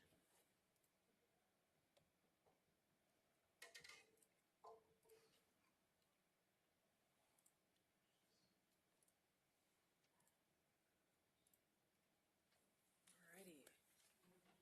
I'm short. There we go. All right. And I am before and after the break, so I have to make sure to get you plenty of break time. Well, we're actually a little ahead, so we may do both of them before the break. I can do that. Yes, absolutely. All right. Mr. Vice Chair, Madam Chair, Commissioner, and members of the board, thank you for letting me come before you today. I have first on the list the action item from last month's receive item, Evaluation Review Committee recommendations. Oh, and it goes automatically. So just a reminder of the higher ed accreditation process. It is a conversation back and forth between the education department at the college and the accreditation visit team. With a report from the college, the team gives feedback, the college gives more information, the team then interviews members of the college, of the teacher candidates, alumni, oversight committees, P12 partners, and then that recommendation goes to the Evaluation Review Committee. The university has a chance to appeal if they want, and then it comes to you for your decision, which could be full accreditation for 7 years. If there is a stipulation, a serious concern, but all standards are met, accreditation with stipulation for 2 years. If there is a stipulation and a standard is considered not met, probationary accreditation for 2 years. Or if there are 2 or more standards not met, not accredited. And a reminder of the higher ed accreditation standards. The first is content and pedagogy. The second, clinical partnerships and the creation of that clinical experience. Third is candidate quality, recruitment, and selectivity from recruitment through completion. Fourth is the program's impact on the P12 classroom. And fifth is the provider's quality, continuous improvement, and capacity. And providers are accredited for their initial level programs separate from their advanced level programs. And a reminder of the 2 types of concerns. An area for improvement is a concern or a weakness that needs to be addressed over the following accreditation cycle, but typically would not jeopardize a standard being met or not met. A stipulation is a more serious concern that could result in a standard being not met. So for Baker University, the Evaluation Review Committee recommends accreditation for the full 7-year cycle with all standards met at both the initial programs and the advanced programs level. There are no concerns, no areas for improvement for advanced standards 1, 2, and 3. There are no stipulations either at the initial or advanced level for any of the standards. There are some areas for improvement. I will try to zip through them quick because you saw them last time. And I'm going to jump to the rationale each time because that is where the details are. So standard 1 is about content. And for each of the components of standard 1, the concern is that the data is not sorted out by the teacher candidate's demographics. So for component 1.1, for component 1.2, component 1.3, instructional practice, again, disaggregating data by demographics, and component 1.4, professional responsibility, again, disaggregating data by demographics. Standard 2 is that clinical partnerships, and the concern is looking for a systematic process. So a systematic process of engaging the P12 partners, that the relationships tend to be one-on-one and ad hoc. Yay! What did you do, Gary? I know, yes. It's all of the slides. It's my fault. Working with clinical educators, the concern, again, is about a systematic process of supporting those cooperating teachers or clinical educators, as opposed to a one-on-one process. Looking at component 2.3, clinical experience, again, they're looking for a systematic involvement of partners as opposed to one-on-one and ad hoc. And then standard 3, monitoring the candidate. Again, looking for a systematic process for supporting candidates who are struggling. And exactly where the cohort average GPA, not where it's measured, but where it's verified before they graduate. So that part wasn't clear. Competency at completion. There are multiple key assessments that the university uses to determine when somebody's ready to graduate, but the team wasn't sure how all of these items are viewed together. This one says somebody's ready, this one says somebody's ready. How do you look at all of them together and triangulate that to make that decision? Standard 4 is impact on the P12 classroom, and again, satisfaction of the graduates, completers. The data wasn't disaggregated by the program they graduated from or their demographic information. And employers, there were not 3 years of responses from employers. And then at the advanced level, the same thing, there were not 3 years of responses from employers. And there were not 3 years of responses from teacher candidates at the advanced level of completers, sorry. And then finally, looking at data quality. At the time of the visit, some of the institution-created rubrics weren't labeled for which accreditation standard each line item was for. And some of those tools had not been analyzed for content validity. So the team is not certain those tools would give reliable information. And then stakeholder involvement, interviews with stakeholders. Those individuals at the interview couldn't confirm that they were involved in program design and evaluation. So the institution had some evidence, but then the folks that came to the interview couldn't corroborate that. And then continuous improvement, again, some of those assessments that the university uses don't have the accreditation standard on them. And the discussion, the data analysis with demographic groups was fairly superficial. And data quality, again, looking at some of those tools that the institution uses, and they aren't necessarily labeled for the accreditation standard. They haven't gone through all of the requirements that we set out for institution-created rubrics and surveys. And at the advanced level, again, folks on their advisory council, the people in the interview couldn't confirm that they had been involved with data analysis, program design, the continuous improvement process.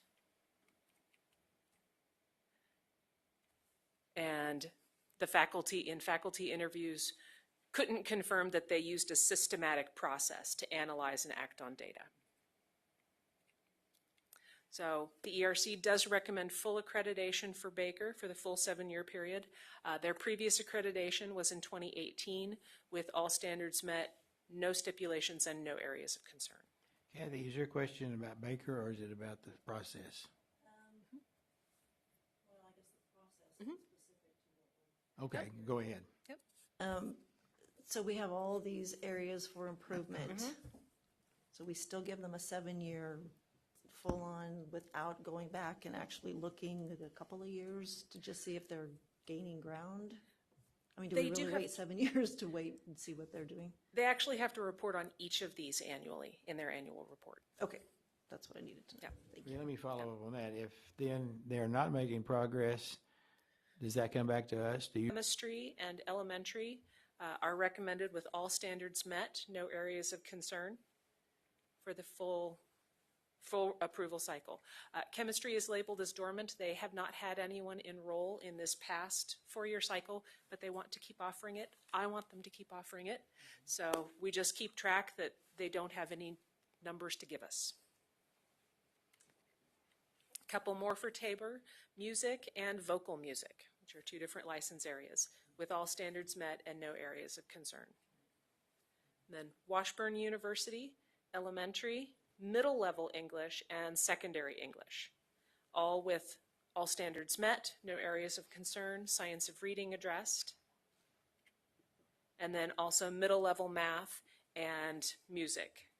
And I don't know if Catherine and Shane even want to speak to that, but I've already seen that, and I've already been contacted, by teachers saying, can I do this? And I'm like, oh, tell me what's going on. So it's just the reality of where we're at in 2024. We may not be in the same place in 2026. I mean, we may not have a teacher shortage, but Shane, did you want to And speak to there that, are Catherine? early field experiences that I think virtually every program does before those defined 12 weeks of official student teaching. Most teacher candidates are in the P12 space probably by their second semester. I watched this summer, and Shane may want with our registered apprenticeship program, and I think those teachers were blown away. Don't you think? This summer by what they got and the demand of those K-12 teachers to say, here's how to prep a lesson. Here's what you're going to find.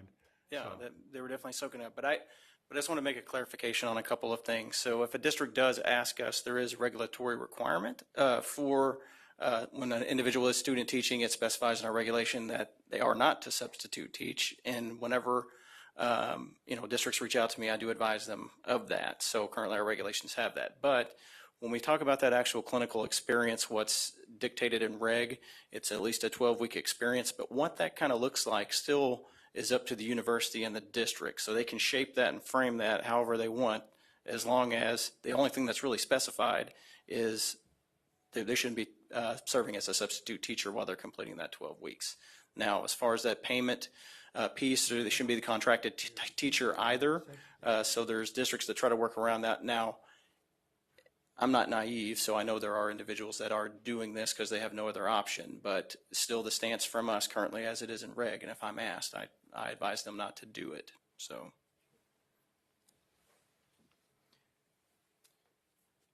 And since I have an opportunity to interrupt what's going on, I just wanted to clarify for the question earlier about does the state board have authority to change an accreditation status at some point if something is off? Then yes, at any time you have that authority. Thank you. We are going to take a 10-minute break or a break until all members are back, whichever is first.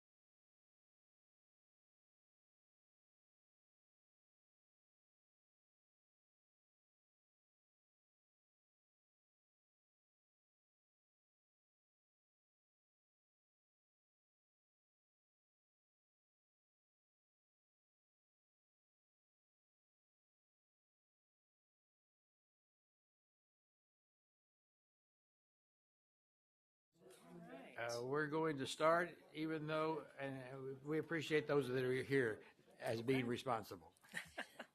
All right.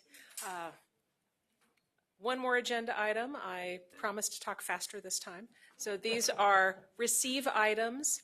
We don't have anything to do till 9 o'clock in the morning. You take all the time you want. That's all right. That's all right. Receive items from the Evaluation Review Committee for action next month. We just talked about the accreditation process.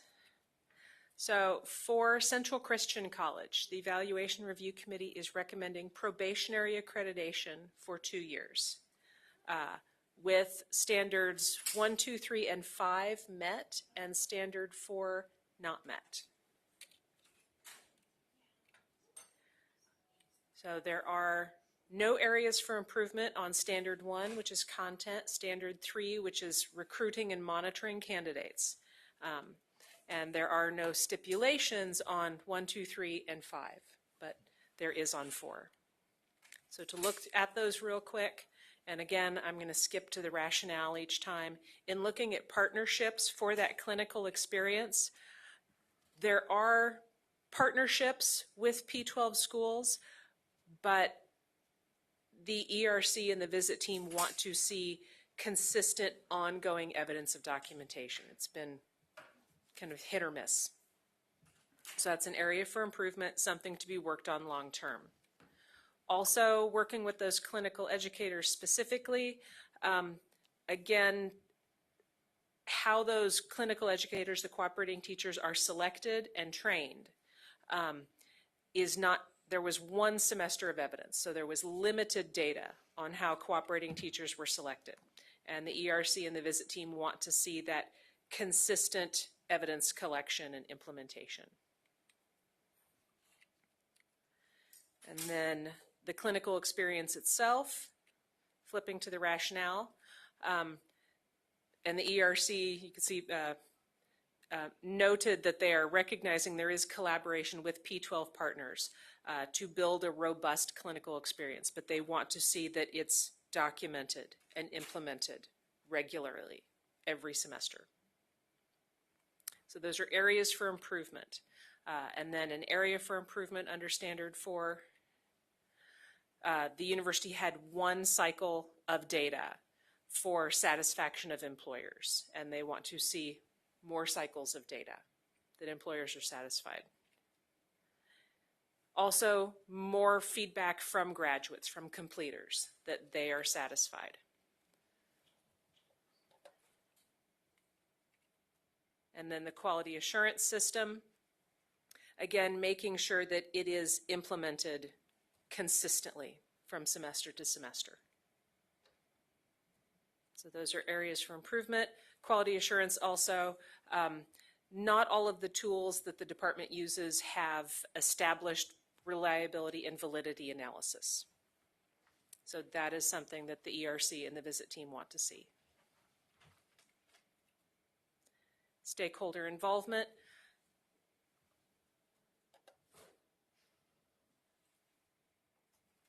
Summarizing, reading the rationale. The folks that attended the interviews couldn't necessarily speak to being involved with program design and evaluation, stakeholders, outside stakeholders from the P12. That it was documented in agendas and minutes that outside stakeholders were involved, but the people that came to the interview weren't able to speak to that. So again, the ERC wants to make sure this is done consistently and implemented regularly. All right, the stipulation is the more serious concern. The stipulation is on standard 4, component 4.1, completer effectiveness. The concern that are completers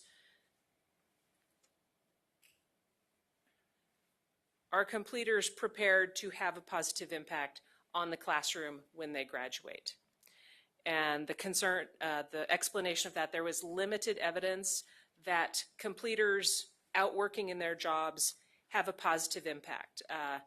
The documentation was things like surveys, but not something like the ERC mentions as a case study, where a teacher might say, okay, we're going to do a project for the college I graduated from, and here's, an assessment of this concept, and then we're going to have a lesson on it, and then we're going to have another assessment on the concept.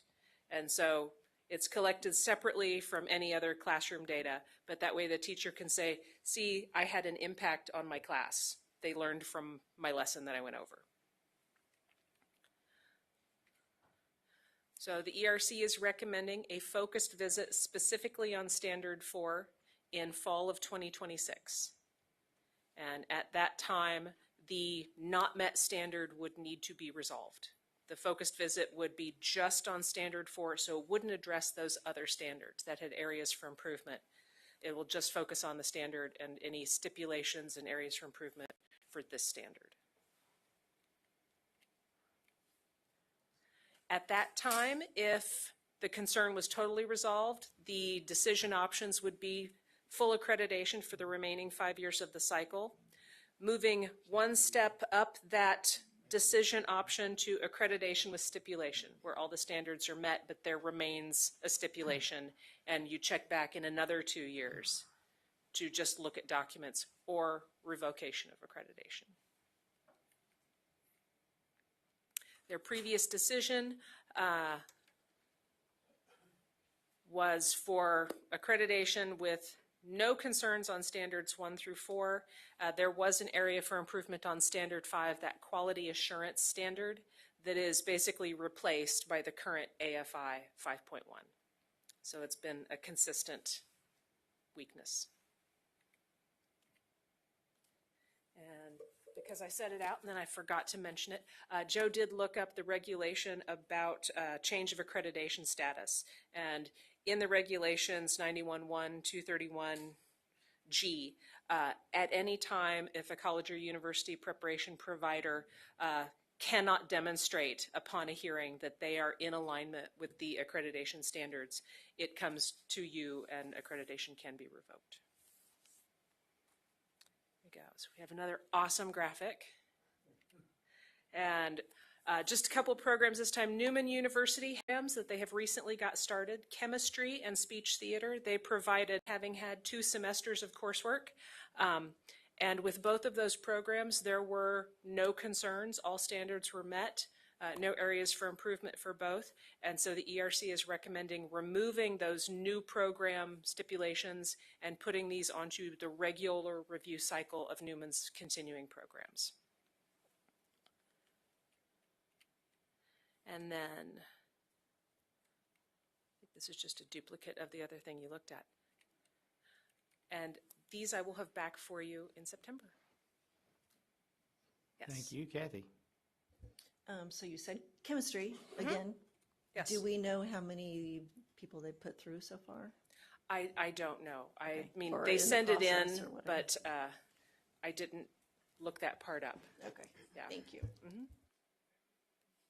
Catherine, can you go back to CCC's 8 slide? Yeah, that. Yes, that one. So, just for the board as they're thinking about next month, the standard 5 was a previous area of improvement in 2018, and that standard has now slipped to a stipulation. No. Correct? No. This is, so standard 5 had an area for improvement in 2018. It was effort being made. It's not being just ignored. It just needs to be more consistent.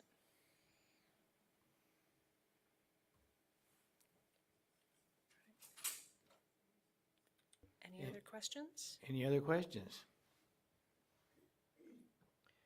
If not, thank you very much. All right, thank you.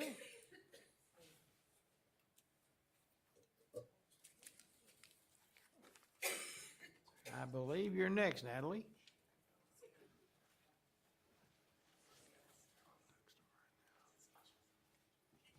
Welcome to the State Board. Thank you.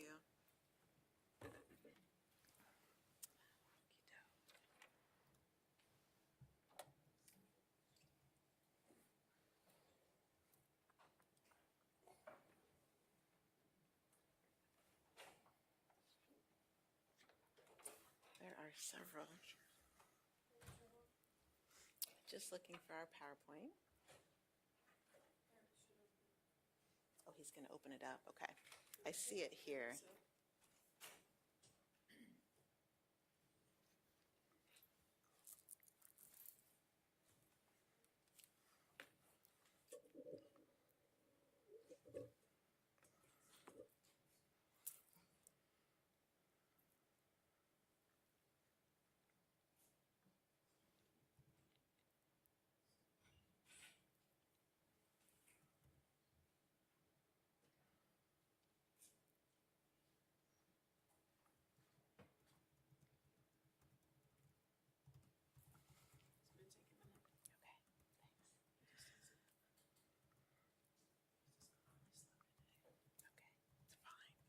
Okay, thanks, Eric.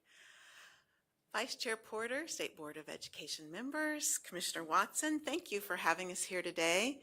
We would like to review career and technical education and some of the points that we had in the board packet. I'm reinforcing that with CTE, students can continue to develop strong academic foundational skills in the areas of ELA, math, and science, apply real-world technical skills, those practical hands-on skills, making education more relevant, and explore career options that they are passionate about. To prepare for further education, careers in current or emerging professions, which may include high-skill, high-wage, or in-demand industry sectors or occupations, and accurate career information and student exploration and preparation assist families and students in making informed decisions. This is the final information from the 23 school year, reflecting on 55,302 CTE participants and reviewing that 96.5% of districts in Kansas have at least one approved career and technical education pathway. 30,934 students in 2023 went on to be CTE concentrators, so earning 2 or more credits in a single pathway and demonstrating 70% proficiency on those technical skill assessments. We also make sure that they align with strong academics in the areas of reading, math, and science, and we look at the concentrators, those students who did have those 2 credits, and what their assessment scores are in levels 3 and 4 on the state assessments. We have 24,856 members in career and technical student organization, those intracurricular organizations for students that help reinforce what they're learning in the classroom. The 4-year graduation rate for CTE concentrators in 2023 was 98.53%. And the concentrators who graduated earning post-secondary credits, 70.05%. So we last time came with the information that our advisory committee had gone through. We had brought information to our advisory committee in April for information, and they acted on information for cluster and pathway reviews in June. And the logos here represent those business and industry partners that serve on our advisory committee, as well as the Kansas State Board of Education that's represented by board member Ma. And in its entirety, we had 207 people volunteer their time from September 2023 through June 2024 in the area of business and industry, 2- and 4-year post-secondary partners, secondary educators. We had 90 teachers who were teaching, and 5 CTSO state advisors. This was the timeline. The work was completed so that it could be posted for public comment for at least 30 days on our KSDE website. We sent that information out on listservs. Again, we brought it to our advisory committee for receive in April. They acted on these recommendations in June. We brought it to you for receive in July, and we're here today asking for you to approve these recommendations from our advisory committee. A quick review. I believe you have the printed handouts so that you could see those as far as following today's vote, what is recommended that we give to educators for the 25-26 school year. Agriculture was reviewed, recommendation to discontinue biotechnology in agriculture and agribusiness systems. And we brought the information as far as recommendations in animal science, diversified agriculture science, food products and processing systems, natural resources and environmental sustainability, plant science and industry operations, and agriculture, technology, and mechanical systems. So these are the pathways that are recommended with edits and the information that was given last time. We also reviewed the construction and design pathway under the design, production, repair, architecture, and construction cluster. And edits were recommended, and the design sheet that you have in front of you, and we also displayed here, is what was recommended with those changes. In the area of media and technology, digital media, graphic design, and web and digital communications were reviewed. It is recommended to merge those into one pathway. And they also reviewed network systems because the national models showed telecommunication and arts AV. However, under further review, it was recommended to be added to the network systems, and what they recommend is a telecommunications pathway. So those are the design sheets that you do have in front of you and that are projected here. Teaching and training in the education and training cluster was reviewed. And that led to discussion and review with some small edits in the early childhood development and education services pathway. Business finance. Here is the design sheet going forward. The main change being that applied business technology application course. In the engineering cluster, it had, prior to this review, 3 pathways that are listed here. Moving forward, there was recommended edits in aviation production, energy pathway, engineering and applied math, and the recommendation to add an automation engineering pathway. In health, there were 3 pathways in health and biosciences cluster. And what you have in front of you are the recommendations for the health science pathway and the biotechnology pathway, which included the merger of biochemistry and biomedical.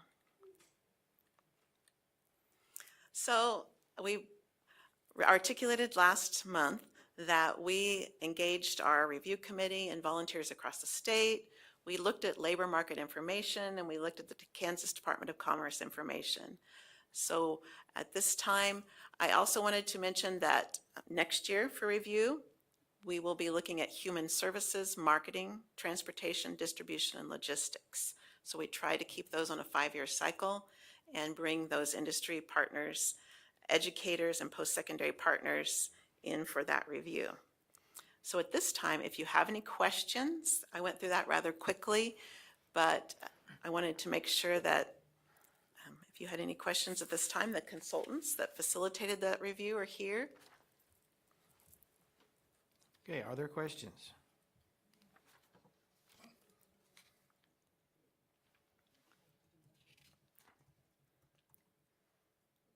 If there are no questions, Ann, go ahead. We cannot hear you. Can you hear me now? Yes. Great. Okay. Well, I just want to thank Natalie and KSDE team. I mean, they're amazing.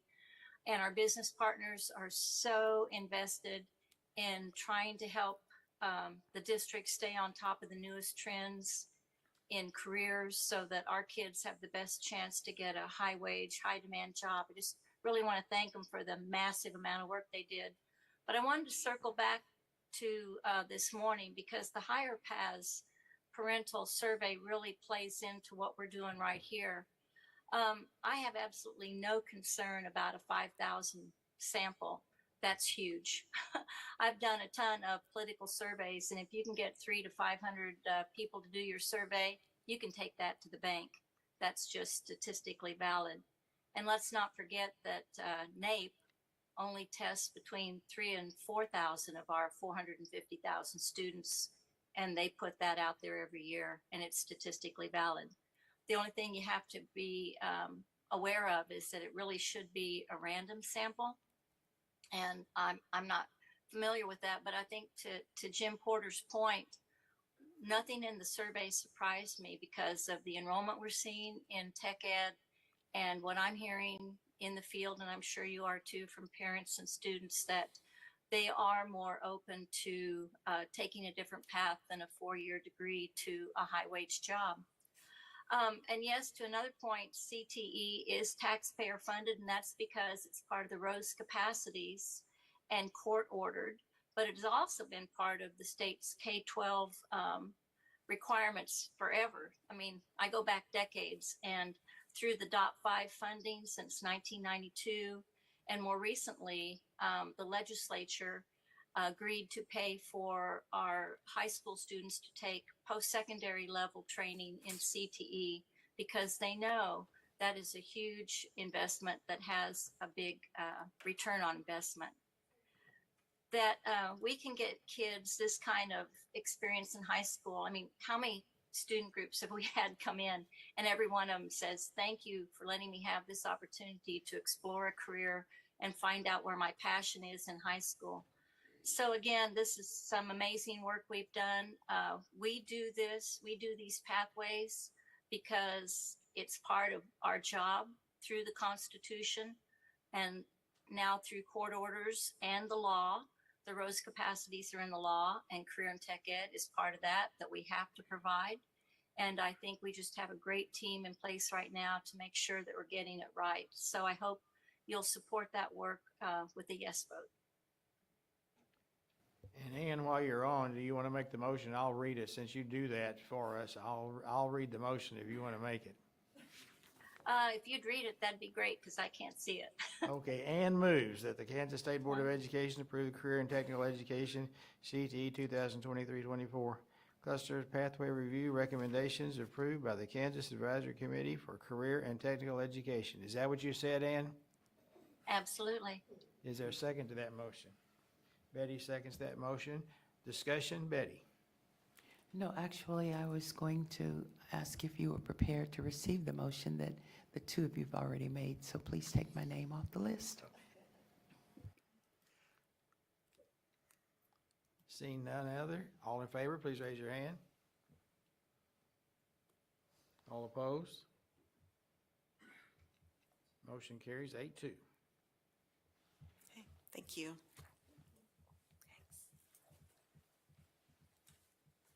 Is Kelly here?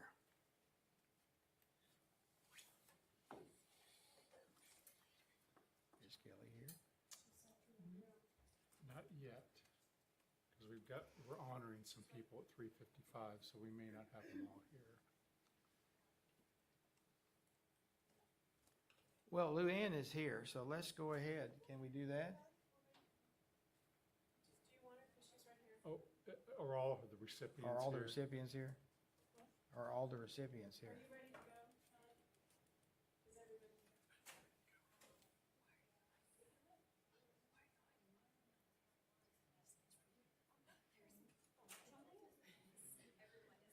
Is all here? Okay.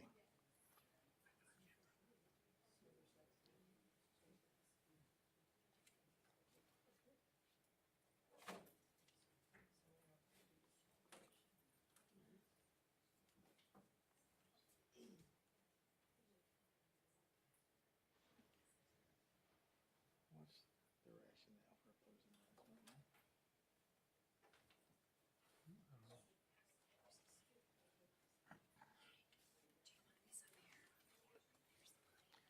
Welcome. We always enjoy honoring people. Yes, it's a wonderful day to do that. Well, good afternoon, members of the State Board and Commissioner Watson. Very excited to be here with you all this afternoon to recognize some of our outstanding child nutrition program operators. So, child nutrition and wellness, we have been recognizing outstanding program operators for several years now. And so today we will be recognizing 4 child nutrition program operators for the 2023-24 Kansas Can Award. And so our first recipient today is USD 292 Wheatland. And so Dina Heyer is representing USD 292, and Dina is the food service director. And Dina, if you would like to come up here and stand with me so that I can share all the wonderful work that you're doing. I did give everyone a heads up that they would be standing up here with me. So they've all been forewarned. So USD 292, let me advance the slide, is being recognized for Kansans Can Serve Local Foods. In school year 23-24, high school students participated in the Mountain Plains Crunch Off. And I believe that you probably have heard about the Crunch Off. Barb Depew has been able to share in years past many of our Crunch Off activities that we have going on statewide. Well, students at the high school were able to participate in the Crunch Off by crunching on local produce, such as apples. Wonderful to see the apples in front of all of you today, and pears and melons. And students captured their crunch with a selfie station. So who doesn't love a selfie station, right? So to build on this excitement, the high schoolers taste tested 4 different types of apples, which was coincidentally done on Johnny Appleseed's birthday. Dina also worked with the school librarian to feature books all week that were about apples and Johnny Appleseed. Now, during National School Lunch and School Breakfast Week, the high school also celebrated Beef Week. And we've got a great picture up here with students holding a Beef Month poster. And they celebrated Beef Week by incorporating local beef in the menu.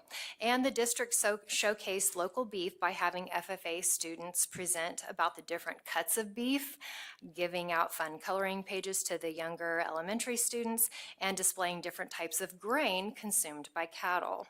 And Dina and her team enjoy incorporating trivia activities during National School Breakfast and School Lunch Week. These are year-round activities that they are incorporating.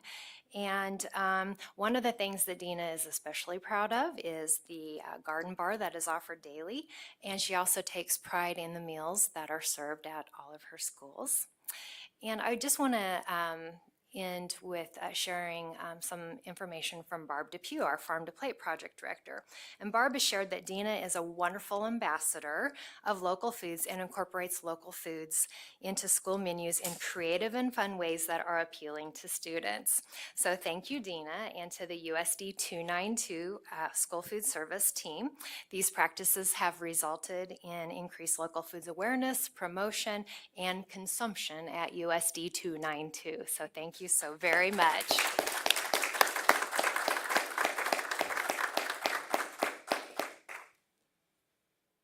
we will have a picture opportunity at the end. So thank you. Congratulations. All right. Our next recipient is USD 207 Fort Leavenworth. So where's Melissa? Melissa's hiding back there behind the behind the pillar. So USD 207 is represented today by Melissa Hurley, who is the School Food Service Director. And USD 207 is being recognized for their outstanding customer service provided to students of the Fort Leavenworth School District. And I'd like to note that USD 207 was nominated by someone outside of KSDE. So that's very impressive from the field. And they're being recognized for their collaborative efforts between the School Food Service team and Superintendent Keith Miss Pagel for hosting a Stuco and Superintendent's Luncheon. Let me get this pulled up. Oops, let's go back.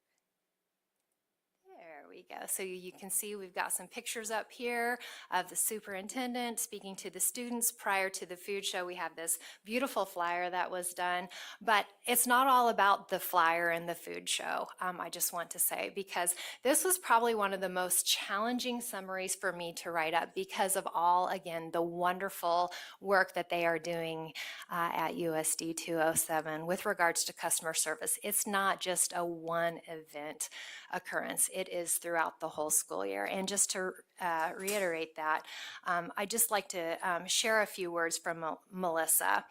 It was just really hard to narrow down some examples to talk about, but Melissa has provided this one example that I think is really amazing. Not actually what she was nominated for, but I think it's definitely noteworthy. So Melissa shares, our district is extremely unique in the education world. We are located on the Fort Leavenworth Military Installation, which also houses the Command General Staffing College.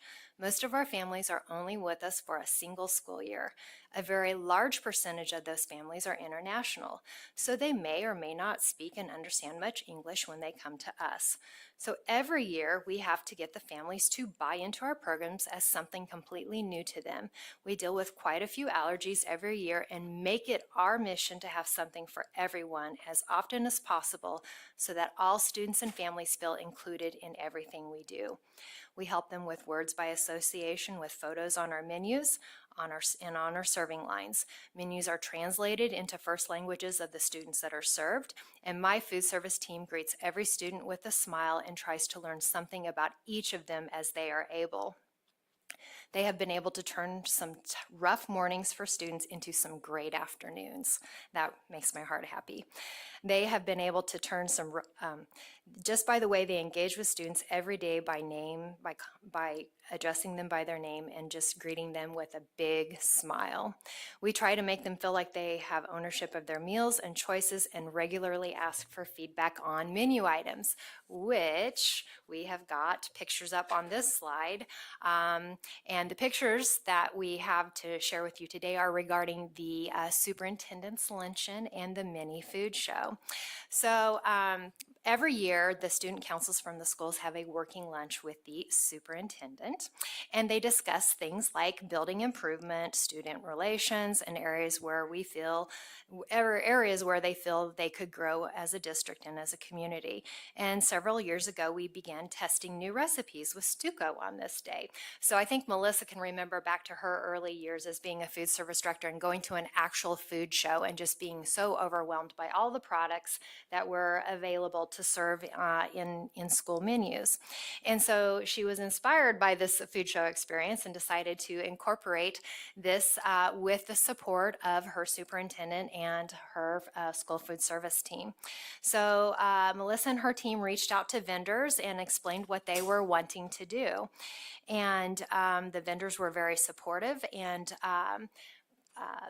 this is the second or third year that you've been. This will be the third year that we're doing it. This is the third year that you've been doing this. But what is really cool is that they bring in all kinds of food from the various vendors. It's the student council students that have the opportunity, so they meet with the superintendent at the beginning and they get to share their feedback, and then they go into the next room where the food show is at, and then they're able to sample the various food that is available, and then the students provide feedback. They do the taste testing, they score, and then they are able to then have input regarding the menus and which of those items will be incorporated into the menus. And so one of the things that I really liked that Melissa shared with me is that the students have the opportunity to ask questions, but it also gives food service the opportunity to explain a little bit about how challenging planning meals that students like, as well as meet the meal pattern requirements can be. And I think one of my favorite questions that you said you get asked is by students is, why can't we have 2 pieces of pizza, and why are there fruits and vegetables on our tray? So I just had to chuckle a little bit about that, because this is a really great opportunity for Melissa and her staff to educate students and be involved in the menu planning process. So kudos to Melissa and her team for doing this. And so I'm going to just end with a quote from Melissa, and she says, "My staff go out of their way to make the kids feel like family. It is not uncommon to find my managers and cooks wandering the dining room between grade levels to chat with the students on any given day. I know this was long, but I am beyond proud of my district and my staff, whom I could gush about endlessly. And I think we could still be talking till the end of the day with all the great examples that Melissa shared. But unfortunately, I could only share 2 for the sake of time. So thank you, Melissa.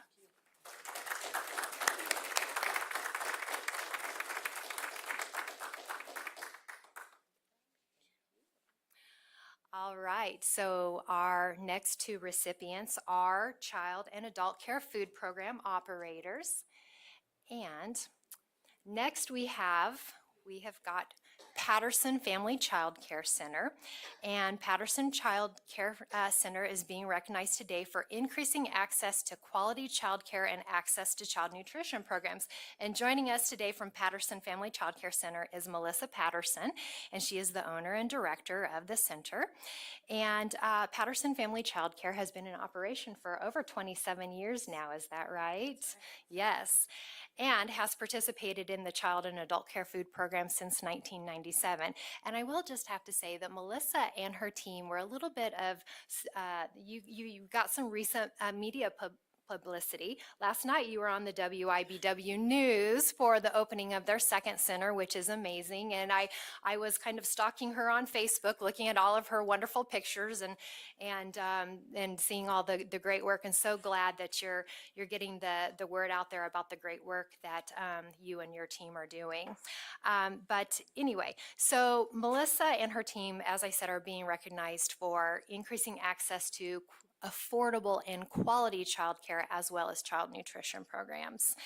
And one of the things that I wanted to note is that Melissa's 2 centers are located in East Topeka in the Highland Park area.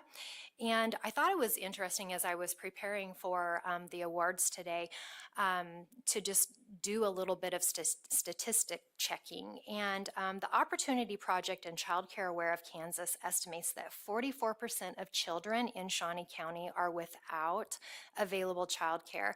So this is a wonderful example of the work that Patterson Family Child Care Center is doing. They've stepped up to help meet the need for quality, affordable child care with the recent grand opening of their second center.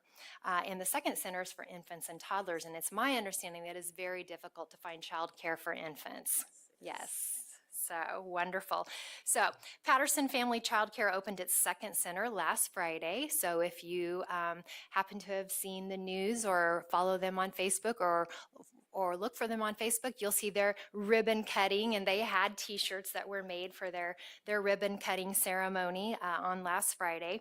And with the opening of a second child care location in the Highland Park neighborhood, Melissa and her team will be able to serve more families in need of affordable quality child care in high need areas of Topeka and also provide access to nourishing meals and snacks.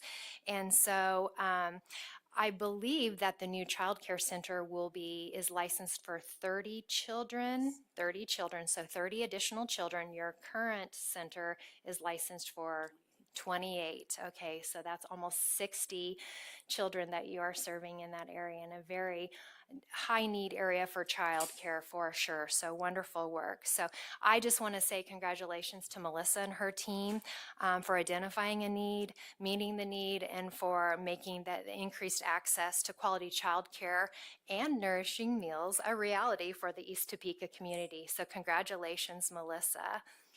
Thank you. All right.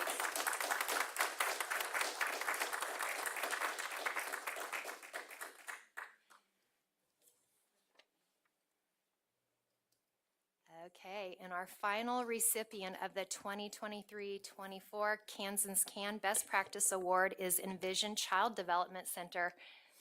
And Envision Child Development Center is receiving a dual award today. I don't know that we've ever awarded a program operator a dual award for Kansas Can, but congratulations, Teresa. Representing Envision Child Development Center is Teresa Houston, Director of the Center, and Stacy Fuller, Vice President of rehabilitation services. And Envision Child Development Center is located in Wichita and has been providing child care for 14 years now and has been participating in the Child and Adult Care Food Program for over 10 years now. And I want to just share a little bit with you about the Kathy G. Hudson Envision Child Development Center because it is one of the area's most unique child care centers. It serves both visually impaired and typically developing children in an integrated setting.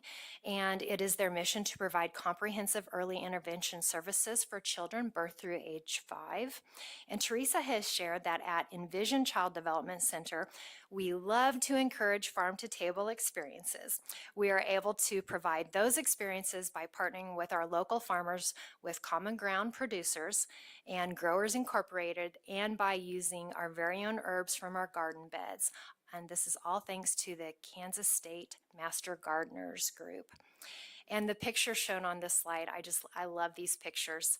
And they definitely, they warm your heart for sure. But the pictures shown on the slide showcase the children at Envision savoring farm-to-table meals, engaging in nutrition education activities, and contributing to the creation of the sensory garden at the development center. And you can see we've got the little gal in the middle in the pink jacket. It looks like she's smelling some herbs, so that's a great picture. Staff at the development center are passionate about encouraging farm-to-table experiences.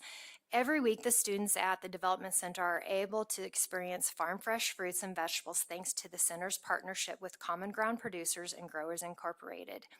And so this partnership has enabled a wide range of delicious foods, including but not limited to cantaloupe, watermelon, onions, cabbage, and even eggplant. Yeah. We should get eggplants in front of all of you the next time, right? Children are encouraged to experience those foods through this opportunity, and the Master Gardeners come to the Development Center to help the students plant tomato plants and various herbs in the garden beds to create a sensory garden. So wonderful work to Teresa and Stacy and their team. So thank you so much for joining us today. Thank you.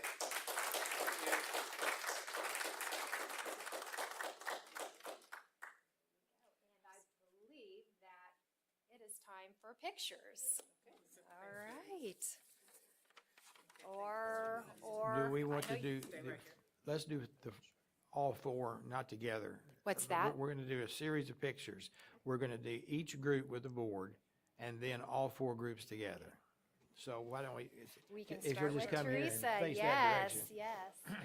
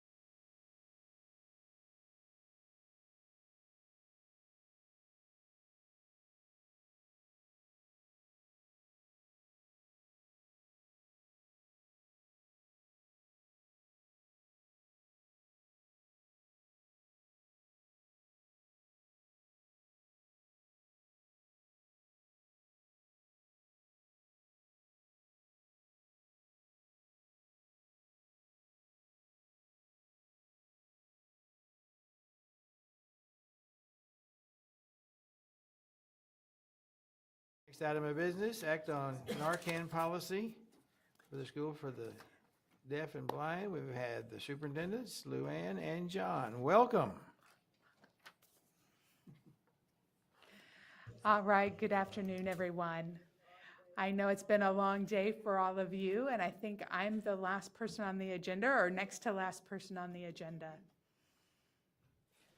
My name is Luann Barron. I'm the superintendent for the Kansas School for the Deaf. We also have John Harding, the superintendent for the School for the Blind.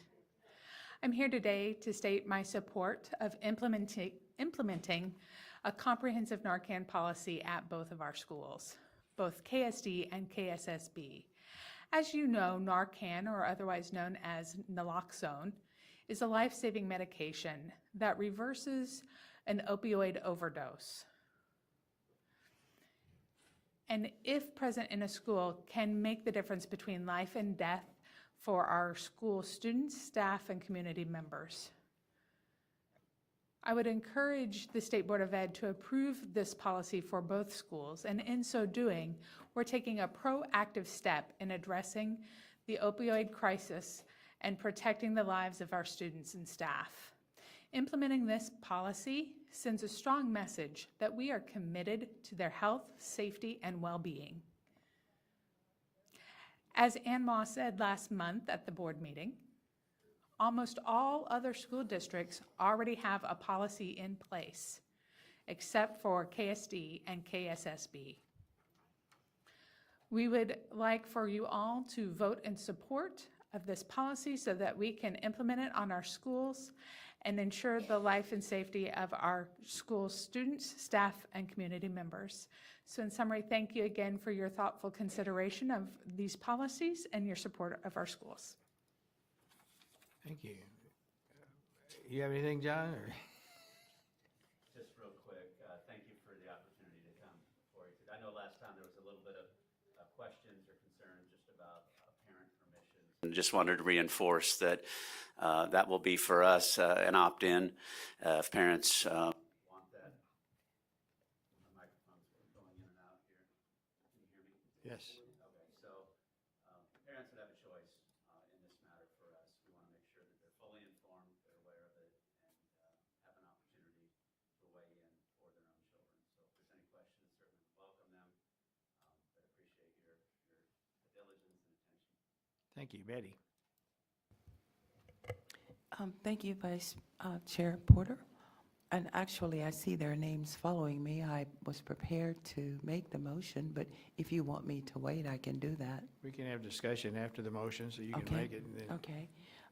Then I move that the Kansas State Board of Education approve the joint Narcan naloxone policy for the Kansas State Schools for the Blind and Deaf as presented. Is there a second to that motion? Jim seconds that motion, and now we'll have a discussion. Kathy? I just wanted to basically make a comment, a statement, based on what KBI Director Tony Mativi presented before us. We use that word overdosing, but in reality, he said it's poisoning because people are getting a hold of it and they don't know that that's what they're getting. There's so much that's going on, or it's so different from one pill to the next, one part to the next. So it's so much more than we have, because I don't think you have kids who are out there doing too much along that lines, but there's so much happening that they're not even trying to access that kind of thing, and we have things happening. So I like to remind, I guess, and to remember that it's really a poisoning situation more than an overdosing situation. Thank you. Michelle? Thank you, and I want to thank you for reiterating. I have a couple of questions, and that was my last question. Must the parents consent upon enrollment to this being administered to them? Because there are allergies out there, and there have been people that have reactions to things. So, and then the other question I guess I would have is for both schools, or what's about the inventory and audits and the disposal of expired, as far as like how often and is that checked and disposal of the current, so that it's just not out there floating around, or they don't have access to that as far as the inventory and unusable Narcan. I don't remember if that was in there or not. I think it's a good question. I don't think it was in the policy itself. I guess my answer to that would be to me, I would look at the nurse, and because that's who would be receiving the product and the training, to say, what are the regulations, what are best practices in terms of disposal, and letting our nursing staff handle that. I can't speak for Luann, but that's where I would lean to in terms of making those decisions. Thank you. The Narcan is good for 2 years, and if it were not used in that time, we would either work with our local pharmacy for disposal. We also have a contract with a biohazard company that picks up our sharps containers that have similar items in them. So that is a yearly thing on our campus to dispose of anything unused. I think both schools would be in consult with each other, and I think the rules would be the same, the practices would be the same. I can't imagine why it would be any different. Whatever is best practice and recognized is what we want to follow. So, Dennis. Thank you for coming and requesting this. In every medical facility I ever worked, there was routine monthly outdated drug checks by a pharmacist that was contracted. So I would hope that you'd have that same in place with your schools. and again, I'm not part of our nursing staff, but I know we get visits every single year, multiple visits. In fact, I know DCF comes to visit because we're a residential facility, so they're checking. And then I think we get visits from the Department of Administration, making sure that our medication procedures are in place, all our files are in place, and so Narcan would just be part and parcel of that process. Sure. I would just add, I think just this week, the national statistics came out that overdose or kids dying of accidental drug, and what Kathy was referring to, that has taken the #1 place in deaths of 15 to 25-year-olds, I believe. I don't remember exactly the statistics, but it was a kind of an eye-opener for me. Serious stuff. Also. Melanie. Can you guys hear me okay? I got a microphone for you. Yes. Okay. Echoing what Dennis just said, and kind of to Kathy's point about poisoning, according to the CDC, nearly half of the overdose deaths that they tracked in 2021 occurred when another person was nearby and could have intervened. But to intervene, you have to have access to naloxone. And so after the conversation that we had last month, I went and looked and tried to find, were there ever any deaths related to Narcan? I couldn't find any other than those that occurred because Narcan was not available. So I looked up adverse effects and allergies. And again, they're minimal, and the adverse effects that are recorded tend to be associated with folks who were already experiencing drug addiction, and naloxone was in fact the thing that intervened. And so the side effects that they experienced were because of the withdrawals, not because of the naloxone. The FDA has approved naloxone for over-the-counter use. And I just want to highlight that I think it is really incumbent upon this board to make these medications available, with the hope, of course, that these schools never have to use them. I'll wrap up by saying that the National Association of School Nurses has a long post on their website advocating that these medicines be available as well. And so I will definitely be voting for this. Thank you. Seeing no other questions, all in favor of the motion, please raise your hand. It appears to be unanimous. Thank you. I didn't see your hand up. Ann, did you have a question or a statement? Okay. Thank you very much. We look forward to our visit later in the year. I believe that Betty Arnold is next on the agenda. I am, and I will actually cover things from here because we're going to have a presenter there at the podium. First, I want to take the opportunity to introduce the other two members of the policy committee, Kathy and Dina, and let you know they both brought interesting perspectives from the standpoint that Kathy made us aware of some concerns that new board members may have, while Dina kept us entrenched in understanding why there were some things in the past. You do have copies of the new evaluations on your computer. Please know that the policy committee spent a great deal of time going over these, trying to prepare. It was also in your packet, so hopefully you had an opportunity to read over those. The policy committee was commissioned with basically two main things. One of them had to do with the ease of operation. There were some challenges. Many of us wanted to do this evaluation on our cell phone, which at that time we couldn't do. It had to be done on a computer. And there were some issues with populating. So we did get Wendy involved, who just solved that problem. So we're going to go to that part of it first, let her show you the way that this has been brought up to encompass all of the new technology and allow us ease of operation. Wendy? Thank you very much, Betty. What I've pulled up here is your mic on? The light's on. Can you hear me? You need to stand closer. There we go. I think so. Okay, a demo of the commissioner's evaluation. And as Betty said, ease of use, as well as keeping it a meaningful process, was definitely the focus of the committee that was working on this. As you'll see there's going to be 3 components of the commissioner's evaluation, and I'm just going to real quickly walk you through that demo. So as you will see here below, you will just select from a drop-down and just click on your name. The only reason that we are asking that you select your name and that is a required field is so that the chair, when they're starting to receive this information, will know whose they've received and who might need a gentle reminder. So that is why that is there. Well, let's see, let's open it up again. There we go. So the first part after doing your name is going to have the goals specifically developed by the board and the commissioner. You'll just have an open field that you will be able to have any feedback or comments regarding each one of those goals. As you'll see, you'll just click that right arrow key again.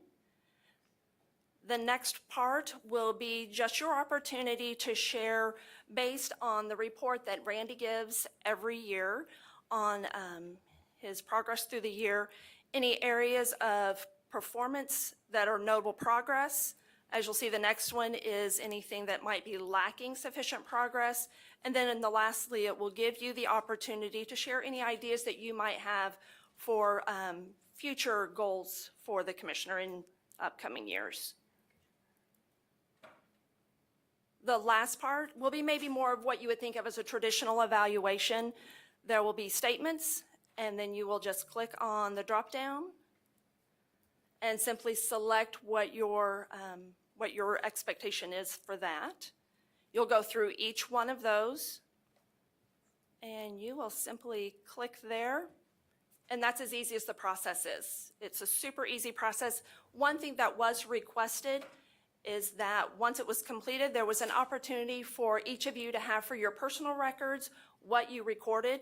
So you'll see that here, and at the top you would be able to select to download and create a PDF to keep that for your records. Yes. Wendy, did we have the part on when it's the numbered process that if they chose the one that it forced comment? Let's check, and if not, that's something we can definitely add. Did we decide on that? Yeah, that was one of the things where if it was negative, it was an area that would require comment. We can definitely add that component, and we'll get that taken care of. Thank you. That's it? Yep. Any other questions regarding the commissioner's evaluation form? Okay. The board secretary and the board attorney are very similar, so we will go through it real quick for you. Again, you will just start the process by selecting your name from the drop-down, clicking the right arrow. What we've done here is included the scope of work for you just to familiarize yourself, remind yourself before you're giving comments what that is for each individual, then the duties and responsibilities. Once you've had a chance to review those and you're ready to make comment, you just click on the right arrow key and you have one question. We can't make it much easier than that. So you'll see if you select yes and you click the right arrow, you'll have an opportunity for comments. But what I'm going to show you here is if you click right there, the question's going to come up. If you select yes, you will have the option of whether or not you want to provide comment. But now I'm going to go back and show you what you'll see if you select no. Click the right. And here you'll see if you select no, the committee felt strongly that you should be expected to share any comments or feedback that you might have. Very same. Here, we'll go back. Just so it'll let me go through. Oh, it has to be 100 characters. No, we're going to go back. We're going to change it to yes, just so you can see. You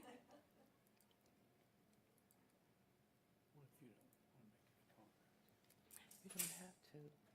Then to submit it, you'll just hit the right arrow key. And just like on the commissioner's evaluation, the information that you provided is listed right there that you can review. And if you would prefer, you could create a PDF and keep that for your records. Okay? And the board secretary is identical. So to save time, we'll just skip that demo. Now, Yes, the text is different, but the functionality is identical. The one reason that we felt you should have something to say, if you feel that that person did not meet their duties, it's not enough to say no. You need to be able to justify that. You need something specific. And I'm having a bad day is not one of them.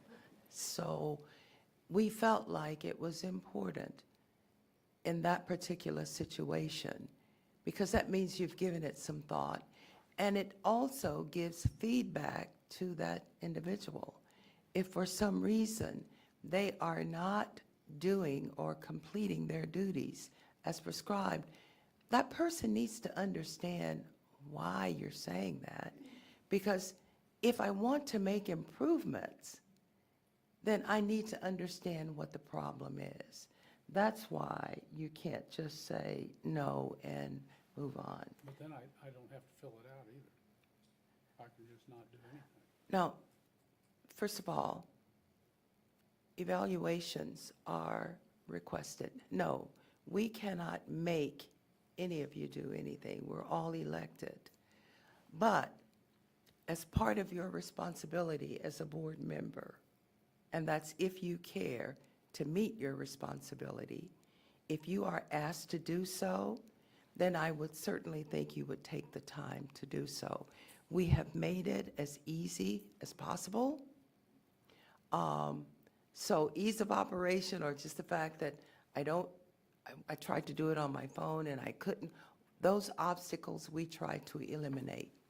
If you still choose not to complete an evaluation, again, that is your decision to make, because we're all equal board members. But I would encourage you, as part of your responsibility when you accepted the role, that was one of the things that's just stated that you're supposed to do. If you choose not to, then don't. Or what if I don't want to fill it out online? What if I want to have a printed copy and fill it out that way? Then print it out and fill it out and submit it. Yep. You should be able to. We can definitely provide that for you. Melanie has a question. Melanie, go ahead. They can print it. I was actually raising my hand because I couldn't hear Danny, but I just want to, I think I can clarify and say that this form seems to be very different than some of the challenges that we had last time around with filling out the PDF, which had been emailed. So this should alleviate a lot of those problems with cell phones and the like. And there is an additional feature, Wendy, I thought, and if you want to touch on that, which has to do with the role of the chair and the ease of operation now that we have it set up this way, that you don't have to manually. Yeah, Betty is exactly right. The ease for the chair for this process is going to be, yes, Melanie's nodding her head in agreement. This will make her job a lot easier. The information will come in, and then she will be able to pull it together without having to do cutting and pasting, retyping, that type of thing. And then for all of you, a definite benefit of this process is that if you start the process and you need to step away and return, when you click the link again and you go in, it's going to be exactly where you were when you finished. So you don't have to worry about dedicating the time to complete the entire process in one sitting. So I think that's another benefit. Yeah, I want to make a comment about evaluations just in general. There's so many times that some people use evaluations, you have something that you're concerned about, you go on for a year, and then all of a sudden it's gotcha. And that's always, I mean, I'm not talking about this particular evaluation, but I think it's incumbent on us to, if we have issues, to express them in such a way that the person has the opportunity to make the correction if they need to. And I would suggest that if there is a concern with either the board secretary or the attorney, that needs to be expressed to either the chair or the commissioner. Of course, if you have an issue with the commissioner, that needs to be expressed to the chair, but that needs to be done early so that it can be addressed. It's easy to wait to the last minute. I get mad in January about something, and I'm not accusing anybody of doing that, because the times that I've reviewed the evaluations, I thought they were all done very professionally. But I've seen organizations that use that for a gotcha moment, and the person that had the problem that they were concerned about could have easily fixed it if they'd known about it. And so I say that's philosophical, but I think that it's really important for us to address issues early on, and that's part of our relationship issues and trust issues that we need to be able to be open and honest about what we are concerned about. And if I could also address that issue, one of the things that which is why we were requiring that you write your reason down, if this is someone that's on the job 365 days and there's one day, I'm just using that as an example, that something stood out that just made you see red. If you have to write that down, that actually does help to put it in perspective. I'm not sure that the policy committee still has a few things to iron out. I thought that, and Wendy, you might help on that. It also called for, was it a mid-year? Kathy, do you remember? Mid-year.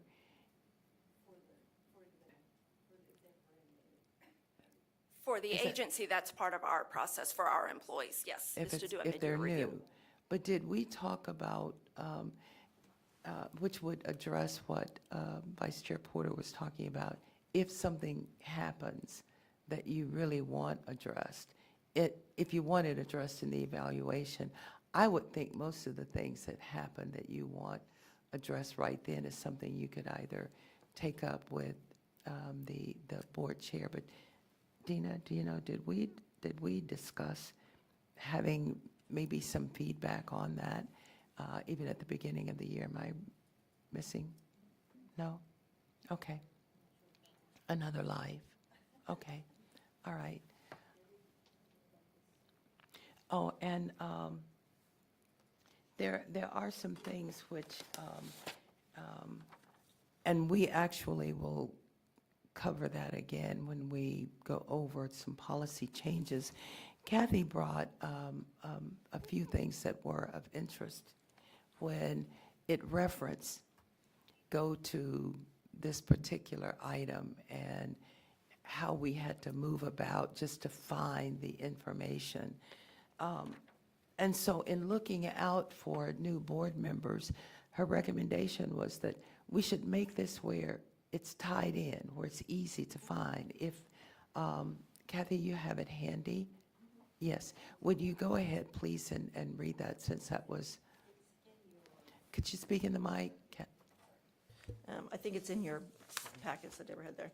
So in yellow, it's literally taking a statement and moving it up to the top of the evaluation section, because literally it was so easy to just not even see it, where it's just saying, see Procedure B, conducting annual evaluations of commissioner, board attorney, and board secretary of the guidelines. So it's sending you to a whole nother section, basically.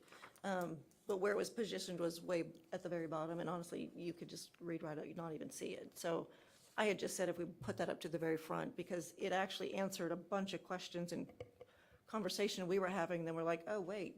So if you go there, it took care of all of it. So I just wanted to highlight that, is what I was doing. And those were things that we were trying to take a look at, where the information was, so that if you are going through doing the evaluation and you want to look up something, that it's very easy to find. That was our mode of operation when we went through the whole process. How easy is it to make that? The same reason that we were listing those goals that were established. If you're a new board member, you may not be familiar with what those are, because we get new goals, what those are, and so that we wanted all of that to be a part, so that everything that you needed in order to complete that evaluation was readily available to you at your fingertips. So that was our goal, and hopefully the many meetings that we had over this has met the concern that board members were having, but this is information only, and we'll vote on it next month. Thank you.